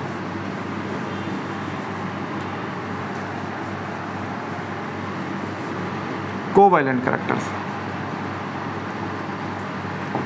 तो यानी ये डोमिनेंट हो जाए। ये 3 पॉइंट्स हैं। अब जो लोग नहीं पढ़े यार, कम समझ में आता। ENT मतलब इलेक्ट्रॉन नेगेटिविटी का डिफरेंस बता रहे थे, दिखाया तो था। फ़ोन लिख के तब फ़ोन के नीचे वैल्यू लिखी हुई थी, उसी वैल्यू को आपको अंतर निकालना। तो यहाँ x y मान लिया है, तो अगर आपका अंतर कितना आ जाए 1.7, तो आप क्या बोलेंगे, दोनों कैरेक्टर हैं, इसमें आप डिस्टिंग्विश नहीं करेंगे। अगर आपका क्या कह दें 1.7 से ज़्यादा है तो डोमिनेंट कौन हो जाएगा, आयनिक, तो आयनिक नाम लेंगे। अगर 1.7 से कम है तो किसको बोलेंगे, ये है।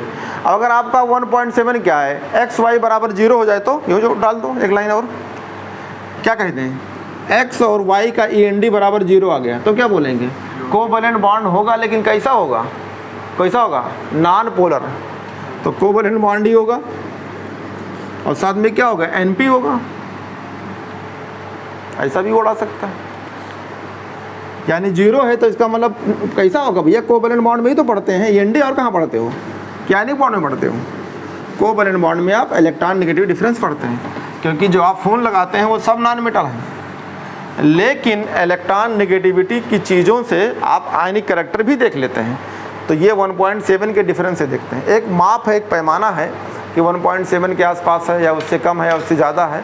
तो कभी कभी मान लो ऐसा लिखा हो XY की वैल्यू कितना लिखा हो, 2 या 2.5, तो आप क्या कहेंगे, 1.7 से ज़्यादा है कि नहीं है, ज़्यादा है। तो अभी थोड़ा लिखा रहेगा 1.7 जो ये यूनिट लिखा है ना, ऐसे लिखा होगा किसी की वैल्यू जो है END of A and B, यहाँ A और B कह दें, और कितना लिखा हो आपका, देखो जैसे ये इसकी वैल्यू कम है तो 1.7 से कम होगा तो कितना रखा होगा, मान लो 1, नहीं समझ पा रहे हो। जैसे कहा कोई एलिमेंट A और B है जिसकी END की वैल्यू, ये END की वैल्यू कितना दे दे, बराबर ले दे, मान लो 0.1 या आपको कह दे 0.8, ऐसे लिखा हो, तो आप क्या समझेंगे, END की वैल्यू यानी 1.7 से क्या है, कम है, तभी तो 0.8 लिखा है। तो आप किस में ले जाएंगे उसको, कोवैलेंट कैरेक्टर से। मान लो लिखा हो कोई एलिमेंट है P एंड Q जिसकी जो है END यानी इलेक्ट्रॉन नेगेटिविटी डिफरेंस की वैल्यू दिया है आपका 2, तो किस में जाएंगे, 1.7 से ज़्यादा है तो किसको बोलोगे कि भैया आयनिक बॉन्ड होगा इसके अंदर ज़्यादा। तो ऐसे कंपेयर करेगा, तो आपको 1.7 यूनिट थोड़ा दिया रहेगा, इसका वैल्यू नाप के ये सब वैल्यू दिया रहेगा। तो एक आपने आर्डर एक चीज़ जाम डाल लिया अपना, और इसी के हिसाब से आप चेक कर सकते हैं। तो आपके ये चीज़ तो कंप्लीट हो गई। और ये जो है आपका एक सवाल नोट कर लो यार, एक क्वेश्चन करा देते हैं, ये भी अक्सर सवाल आता है। लिखिए इन ये डाइपोल, लिखिए इन ये डाई एटॉमिक्स, क्वेश्चन लिखिए, in a diatomic molecule of bond distance is, in a diatomic molecule the bond distance is 10 के पावर -8 सेंटीमीटर, 10 के पावर -8 सेंटीमीटर। आगे लिखो, फुल स्टॉप लगाओ, लिखो it's dipole moment is 1.2 d, it's dipole moment is 1.2 d,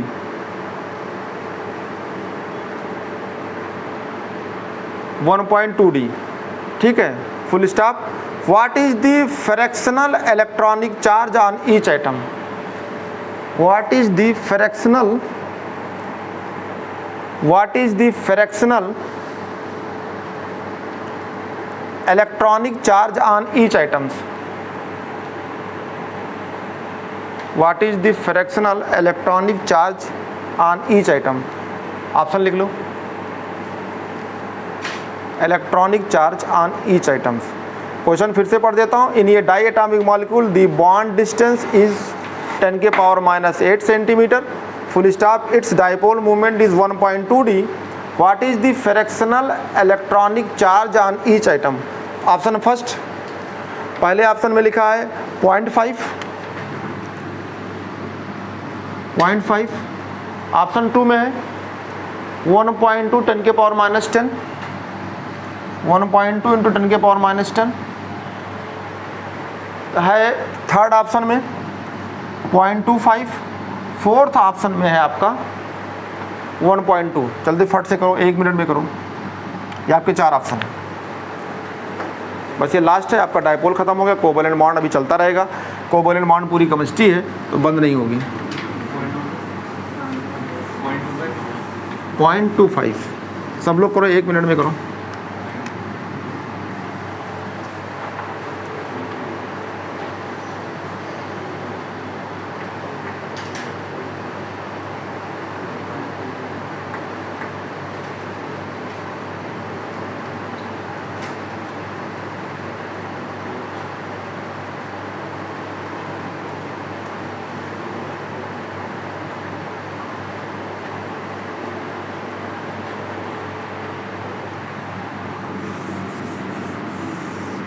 तो देखो आपके पास फार्मूला है mu equal to Q into L, ये फार्मूला होता है। आपको क्या क्या दिया है, आपका एल दिया है और म्यू दिया है, और किस में दिया है, डीबे में दिया है ना। तो क्या कर लें, 1.2 डी दिया है ये, और आपका ये चार्ज है, और ये कितना दिया है, 10 के पावर माइनस 8।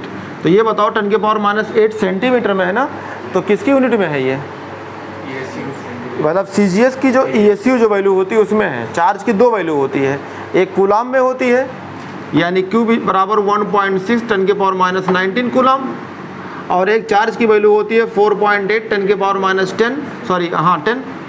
ये हो गया आपका ESU। तो ये भी यूनिट है चार्ज की, ये भी यूनिट है चार्ज की, कूलाम भी है और ESU दोनों यूनिट है। कुछ नहीं करना, रख लीजिए आप। तो ये Q बराबर क्या हो जाएगा, 1.2 D डिवाइड बाई 10 के पावर माइनस 8। ये तो इससे क्या आ गया आपका चार्ज की वैल्यू। तो हमें फ्रैक्शंस निकालना है, तो fraction of the charge, percentage नहीं, फ्रैक्शन चार्ज। तो बराबर क्या कहेंगे, जो चार्ज आपका ये डिवाइड करके आए ये ले लो, और डिवाइड बाई किससे, टोटल चार्ज वाले से, यानी 4.8 10 के पावर माइनस 10 वाले से। तो इसकी वैल्यू कितना हो जाएगी, 1.2 10 के पावर माइनस कितना, प्लस हो जाएगा ना, प्लस 8। और ये कितना, तो इसको रख लो, जो आपका चार्ज आया है ये चार्ज, तो ये चार्ज की वैल्यू कितना हो गया, 1.2 10 के पावर 8, कितने से डिवाइड करें, 4.8 इंटू 10 के पावर माइनस 10। तो ये फ्रैक्शन हो जाएगा, जो चार्ज निकाला है वो चार्ज, और डिवाइड बाई आपका टोटल चार्ज। तो ESU वैल्यू 4 रखेंगे, ये इसे डिवाइड कर लीजिए, कितना आ जाएगा। अरे यार सुनो यार, कुछ गड़बड़ हो गया क्या है?